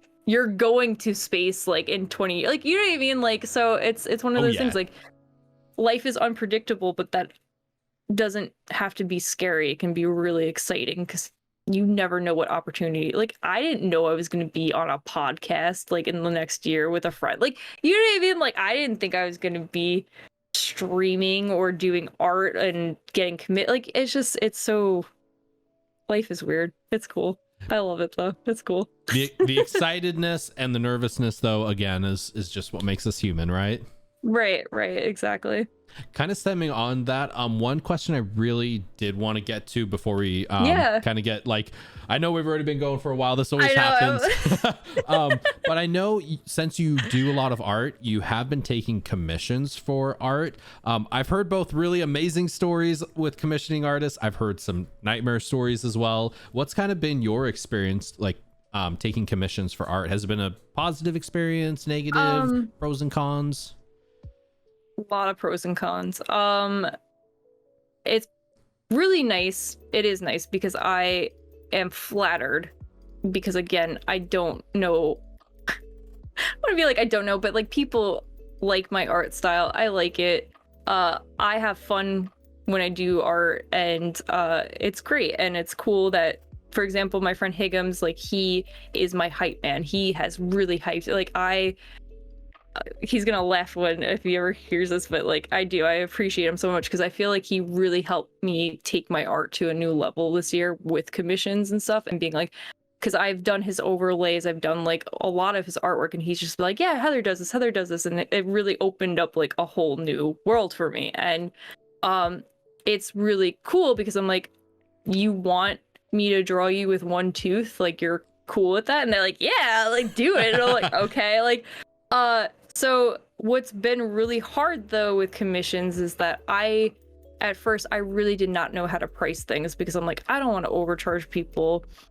I don't want to like undercharge yourself, people. right. Yeah. But like, I don't really know. And honestly, again, love my boss. She was like, we're gonna plan this out for you. And like, she made a price sheet for me. And she's like, whenever you feel like it, you have to adjust it, go for it. But like, for right now, I think this is reasonable. And I'm like, okay. Because I'm like, also like, I need to, because my mom and dad or like anyone around me, they're like, you should charge $100. And I'm like, I don't think it's worth that much. Like, you know what I mean? So also I'm like, I need somebody that's a little bit more level-headed, and she did that for me. And so pricing was like a big thing that I had to kind of figure out, and even still today. Pros and cons in terms of people have been really cool. I have not had really generally anyone that's been mean about my artwork, because I guess like the steps that I do in terms of like, I'm okay with me adjusting things for you. And like, you tell me, I say all the time, like, it's like kind of like a collaboration. Like, you could tell me what you want and I'll try to make something, but like, work with me here. Like, tell me, like, I don't really want you to draw my eye that kind, like that, feedback. I don't know, style, or like, yeah, like something like that, you know, or like, hey, can you, because again, I think people don't realize as an artist, you're staring at the same thing for hours, and like, you can come back and it still kind of looks the same, where you're like, what looks wrong about this? So like, that's something that I do appreciate when I do commissions, is like, I'll send it to people sometimes and I'm like, what looks wrong about this? Like, help me. And they're like, okay, like, you know what I mean? And they're cool about it. And because again, like, I try to be professional, but I'm also like, I'm not gonna bullshit you. Like, I'm new to this. I'm not like if I was doing that great, I'd be working for like Marvel or something. Like, you know what I mean? I'm making people with one tooth. The one thing that I really I try to be really understanding about, but it has happened to me a lot of times, to where I had to like change my whole system, is people commissioning artists and then saying, I will give you the money in like 3 days when I get paid. Ooh. And I'm not Those are the nightmares. cool. I'm not cool with that. Like, because again, like, I just sent it to you, and not saying that you're probably going to rip me off or anything like that and be like, oh, I got it, whatever. Which I also had to be like, all right, I'm going to start putting like watermarks on my things, send it to you. You send me the money, I'll send you it without it. But yeah, there's been, because again, it's like, you don't go to, I use this all the time, like, you don't go to a restaurant, have a meal, and then be like, thank you, chef, like, I'll pay you in 3 days. Like, right. That person just made you something. Like, if you wanted to get that commission, you should go in have with had money. the money on the side, right? Like, and like, that has happened in the past, and like, I don't know, I still till today I can't wrap my head around it. I don't know if it's just like a maturity thing. I don't know if it's just something that like maybe they never really, I don't want to say like learned growing up, or like I don't know. So that's something that I've had in the past. But I like commissions. In the last few months, I had a lot of commissions to where I struggled with getting really burnt out, because I started taking on too many. And so that's why, like, even recently I was just like, okay, like one more, and then like I need kind of like just a mental break, because like you do get like creative burnt out, because you're just constantly producing things, and people are like, yeah, but it's what you love to do. And I'm like, right, but sometimes taking something you love to do and turning it more into a job on top of already a full-time job and streaming is just, it's a lot. Like, I can't do it. So almost turns you off on it a little bit, like the more you do it. You're like, I really don't want to do art right now, and you never want to get to that point. Right. So that's like kind of what's happening right now, and I'm like, all right, like, we need to like relax, and then it also gives me time to like work on like my own stuff that I want to do, because I miss having kind of like my own freedom of like drawing anything and everything, and like really working on my own skills with art. So it kind of gives me a break. So I think it's it's important to take like a creative break every once in a while with even music and like making things for people, or like I know some people make jingles for people's like alerts, Twitch streams and stuff like that. Yeah, and like I could imagine that also being like you're listening to the same song that you just wrote and you're just like, oh, I don't want to listen to this anymore. Right. Like, and especially with editing and stuff, oh, forget it. Like, I don't know how music people do it. Going in like micro millisecond and like cutting stuff and adding stuff. Yeah, it's a lot. Like I just started learning like Premiere Pro for like videos and stuff, just to like make little videos, and like even that I'm like, y'all, how do you sit here and like go through your stuff? And like I can't. I'm like, I give people so much credit though. I'm like, that's a lot. Yeah, Doro was telling me like sometimes like his favorite thing is editing, and he'll just kind of get all the footage and everything wrapped up and then just spend like 10 hours in Premiere Pro. And I'm just like, how? Because I'm the same way. Like, I mean, I'm growing a little bit more of an affinity for editing, but it's never going to be something like the moment things start ramping up and I can like actually hire an editor, I'm absolutely going to do it, because like it's just not my cup of tea. Like stuff like this is what I enjoy, like the actual content creation, whether it's streaming or making music or podcasting or making videos and stuff. I love doing that, but the editing side of it, the back end stuff of it, I'm just like, I can hire somebody eventually. Like we'll get there. Do you ever see yourself getting to a point where maybe you could quit your full-time job and go full-time with art? Like, is that something you want? Like, is that a pathway you want to go down? I don't want to do it, because I think it takes the fun out of it. I think it would, because again, it turns into you being your own boss. Right. And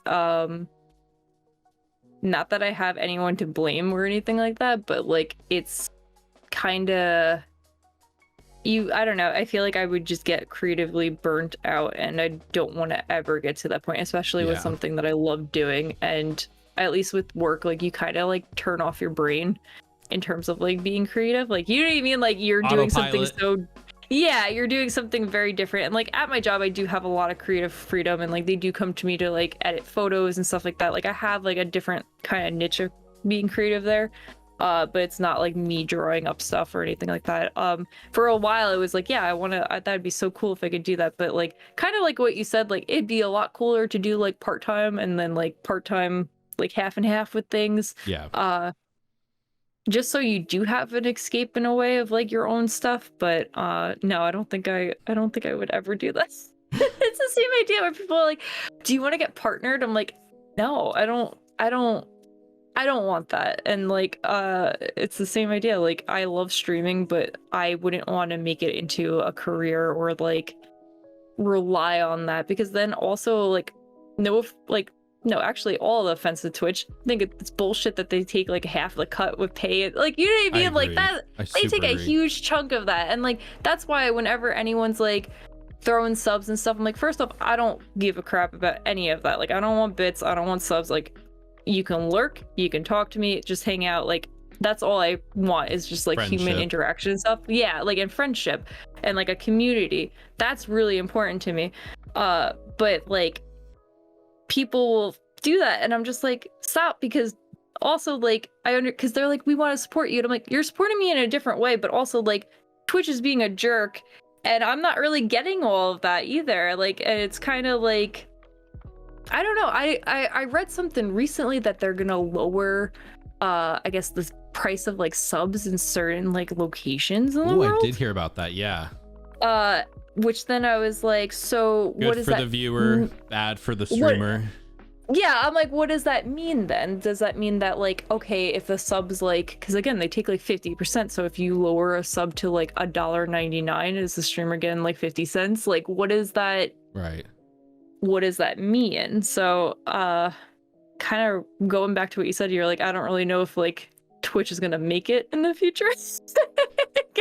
So did you know that actually once you become partner, you sign a partner contract, and then you can negotiate the amount of Twitch revenue, or the amount of revenue that Twitch actually takes? When you first get partner, most people it's like 50-50. I've heard of like how it is for affiliates. I've heard of some people getting 70-30 though, where they get a higher cut, but there is, I've read some rumors on like Reddit that some of the very top tier streamers, you know, the top 500, top 100 ones, some of them have it negotiated in their partner contract where they get like 80-20. So that's wild. Isn't that interesting? But places like YouTube, like streaming on YouTube, it's interesting because YouTube takes they take 30%, so it's 70-30 just kind of right out the gate, but you can also place the price as to how much you want your sub on there to be, and you can have multiple tiers of it.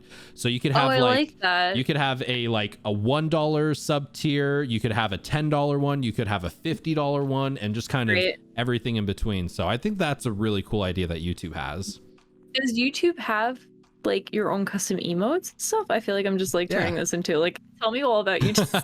well the thing with YouTube is like it's like I mentioned earlier, it's a weird platform in the sense most people who jump on YouTube go on there for like very high quality specific content. So whereas on Twitch we're all kind of, I don't want to use the word competing, like, because I don't mean it that way, but we're all kind of competing with each other in the same live streaming sense. Like we're all live streaming, but when you go on YouTube, you might be competing with other live streamers, but maybe you're also competing with Dr. Disrespect's top plays, or, you know, Ninja's top plays, or Pokemon's top plays. So there's like so many more other factors in there. And yeah, it's interesting. I don't think it's I mean, I definitely still think Twitch is top dog when it comes to, you know, the live streaming market, but I just think they know they're top dog and they're kind of not doing much to improve it, and YouTube is just like ever so slightly encroaching on them. So it'll be interesting to see in the next like few years where it goes. Kind of stemming off of that, the last few questions I did have for you, Heather. One of my favorite ones to ask, we kind of talked about it a little bit earlier, but like more specifically, what's one thing that you absolutely have loved about streaming on Twitch this past year? All the friends I've made. I know this sounds really cheesy, but like I love my group of friends that I have on Twitch. Like and like the community I've built and other people's communities that I get involved with, like it brings me such joy, like because again, like during the pandemic, like I feel like it was a time where people just really pulled together, and it was so comforting because again, you weren't going to see your friends in real life, and you know, I would watch, and I still do, I watch movies with my community. I spent New Year's Eve and Christmas Eve of us all drinking together in Discord and like playing jackpot. Like I love my friendships with these people, and I know some people I don't want to say discredit it, but they do, because it is somebody that's online, and like they are like, well, I'll probably never meet them, like, or anything like that. But I'm like, that doesn't change my friendship with you. We're still good. Oh yeah. I'm like, sorry. Like something. My bad. No, you are totally fine. That was my bad. No, you're good. I was like nervous, but no, honestly, it's like I do. I appreciate all the friendships I've made on here, and definitely having people to talk to about anything and everything, and vice versa. Like I love just engaging with people in general. But yeah, definitely that has been like, again, it doesn't matter about subs, it doesn't matter about views. I could give two shits about Twitch. That, see, I even called it the wrong name because I could care less. It's just the people that I met off of it have like really changed my life and had like a positive impact on it. So, and who knows? I know it sounds really cheesy, but yeah. And who knows? Like I really hope that we do get to see each other one day, like yourself and so many others, and whether it's at TwitchCon or maybe, you know, we're just going to New York one day and it's like, hey, you want to meet up and grab some, you know, drinks or, you know, burgers or something. But yeah, like the community, that friendship. Same for me, like going live every day and talking, you know, to Fortune and King and yourself and so many others who is just like an everyday thing. You're like genuinely excited, like, what'd you do yesterday, what you got planned for today? Like it's like a diary that every day you're kind of keeping, you're just like growing this relationship more and more. And it's so exciting to see people like form relationships like this online. And to the people who say that online friends are not real friends, yeah, get the hell out of here. Yeah. It makes me so mad. It really does though. Like, cause like I when I was younger, again, just being just telling everyone my dirty secrets, I was a huge Inuyasha fan with anime. And I was on a forum, and I was like 12 years old, and I found out that these two girls on the forum lived like 20 minutes from me. Oh, nice. And I said to my mom, I was like, can I meet them? And I know this is weird, but like, can like they come over here, and like her mom will drive, like, because we were so young, and my mom was like, okay. And then this girl ended up being my friend for like my entire high school, like like, you know what I mean? Like, we were friends for like 6 years, me and this girl. And like, again, like I used to be on the phone with people from like Colorado from that forum, and like we were just, 13-year-olds old, like just being stupid, and probably the phone bills were expensive, but I mean, like, not telling my parents like, hello, yeah. But like, I don't, again, like, and even people that I've never seen like their actual pictures of them, or like they have not told me their actual name, I could care less. I'd still be like, yeah, we're gonna go hang out. Like, it doesn't matter. So yeah, again, anyone that says like online friends are like, I don't know, discredit, or that they're like on a lower tier, or like, I don't even know what mentality it is. I don't get it. So I feel like Twitch is the modern day version of that, where somebody, like, I say this all the time, like it feels like people come to Twitch maybe because they want to watch a specific game or a specific category. Maybe they go into your stream because they're like, I really want to see someone play Ori, and they just immediately click, and they're like, I like the way she talks, she acts, she interacts with the community. Maybe they follow, they keep coming back. All of a sudden you ask how their day is. Next thing you know, you're like in Discord having drinks and just having a good time. And it's like, they might not have come to Twitch to see Heather. They came for this game and met you. Like, it's like the game is like that linking point between like bringing friendships together. And that's something that is so invaluable that I feel like some people don't quite grasp and realize, that it's like, it's really not about the game. It's really not about the whatever category you're in. It's just about that community and talking to people and building those relationships so much. Agree. So last two, well, actually, on the things we loved about Twitch, conversely, what is one thing you do not enjoy about streaming on Twitch? I mean, we kind of touched it with like trolls. Yeah. And just people trying to ruin like other people's momentum, good times. Yeah. I think one thing that like I know, and maybe this is gonna come off really bad, and I don't know how to voice this, but also you're totally fine. Streamers are not your therapist. And I don't know exactly what you mean right away. I don't know how to voice that. And again, I'm here for people. Even if I don't know you, I'm gonna listen to you. But sometimes people have a habit of projecting, and again, it's not their fault either. Like, it's just clearly there's stuff going on in their life, and I get it, but people have a habit of projecting stuff that's happening in their lives onto a streamer or onto a community. And there's times I don't know how to handle it. I just don't. And I'm just like, again, like, we're here to listen to you, but like also at the same time, like, none of us are professionals on here. And like, I don't want to be like, well, that's sorry, pal. But like, also like, I can try to coax you into going to see somebody, or being like, hey, like, these aren't like, again, we're not therapists. And so I like, it's not so much, again, it doesn't have to be trolls or anything like that, but sometimes people really project things onto streamers, and like heavy stuff.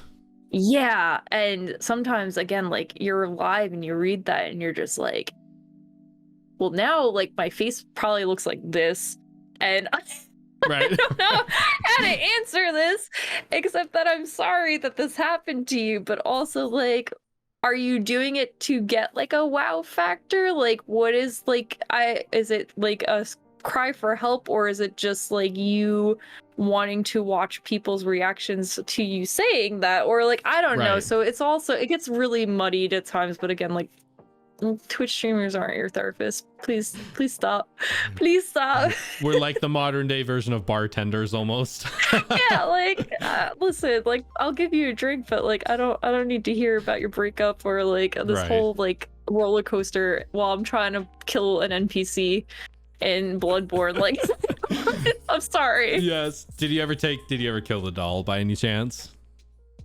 Oh, no, I didn't kill her because I hit her once and my community yelled at me. They're like, how could you? And it always happens where I accidentally hit people or like something happens and my community just rips me apart. And then there's times where I kill people and they're just like, I can't believe you did that. And then half of them are like, hey, good, she did it. Like, because I've never done it and I wanted to watch somebody do it. So.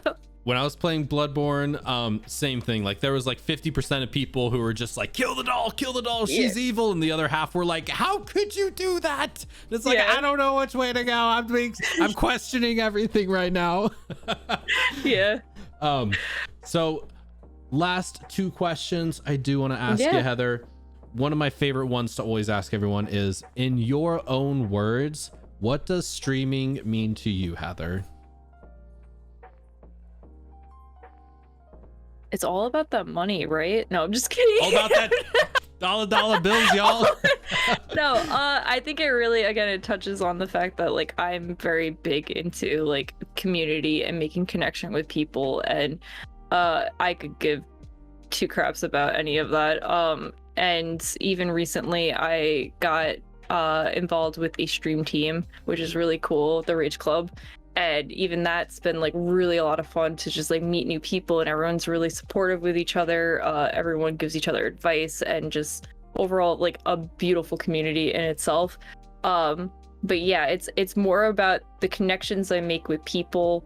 I want people to have a good time in my streams. I want to have a good time in their streams. Like I just want to support people and build them up. And like, again, I know it all sounds really cheesy, but it also is just like that. I love cheese. So it is the truth, and I love cheese. So yeah, it's all about that. Last one. Where can all of our viewers and listeners connect with you online? Where can all of our viewers connect with you online? What do you mean? Where can they connect with me? Like your socials? Like where can they find you? You can find me. I'm like, where am I connecting? Connecting flights. You can find me on Twitch at HangryHangryHeather.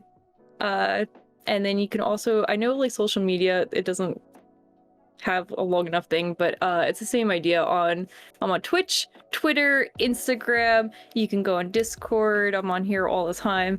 But yeah, I think that's mostly, and TikTok, if you want to count TikTok, and YouTube, even though I don't really use those, but yes, those 2 as well. And links to all of those socials are going to be down in the description below. And then I also do have them on the overlay as well that everybody's been seeing. So the Twitch, YouTube, Twitter, and Instagram on there. Thank you. So thank you seriously so much, Heather, for being a part of this podcast, for being here, for getting a chance to talk to you. Yeah. Thank you for having me. I had a great time. This is awesome. Thank you. And thank you all so much for watching and listening to this week's episode of the Zephcast. If you haven't done so already, please be sure to smash that like button for the YouTube algorithm. It really does help the channel out a lot. And if you want to see more of your favorite content creators, streamers, and podcasters in the near future, don't forget to subscribe. It's absolutely free to do so, and we'll be having even more upcoming content in the near future. Thank you all again so much for watching and listening. ZephyrsXP, HangryHangryHeather, and I will catch you all in the next one, my friends. Much love, everybody.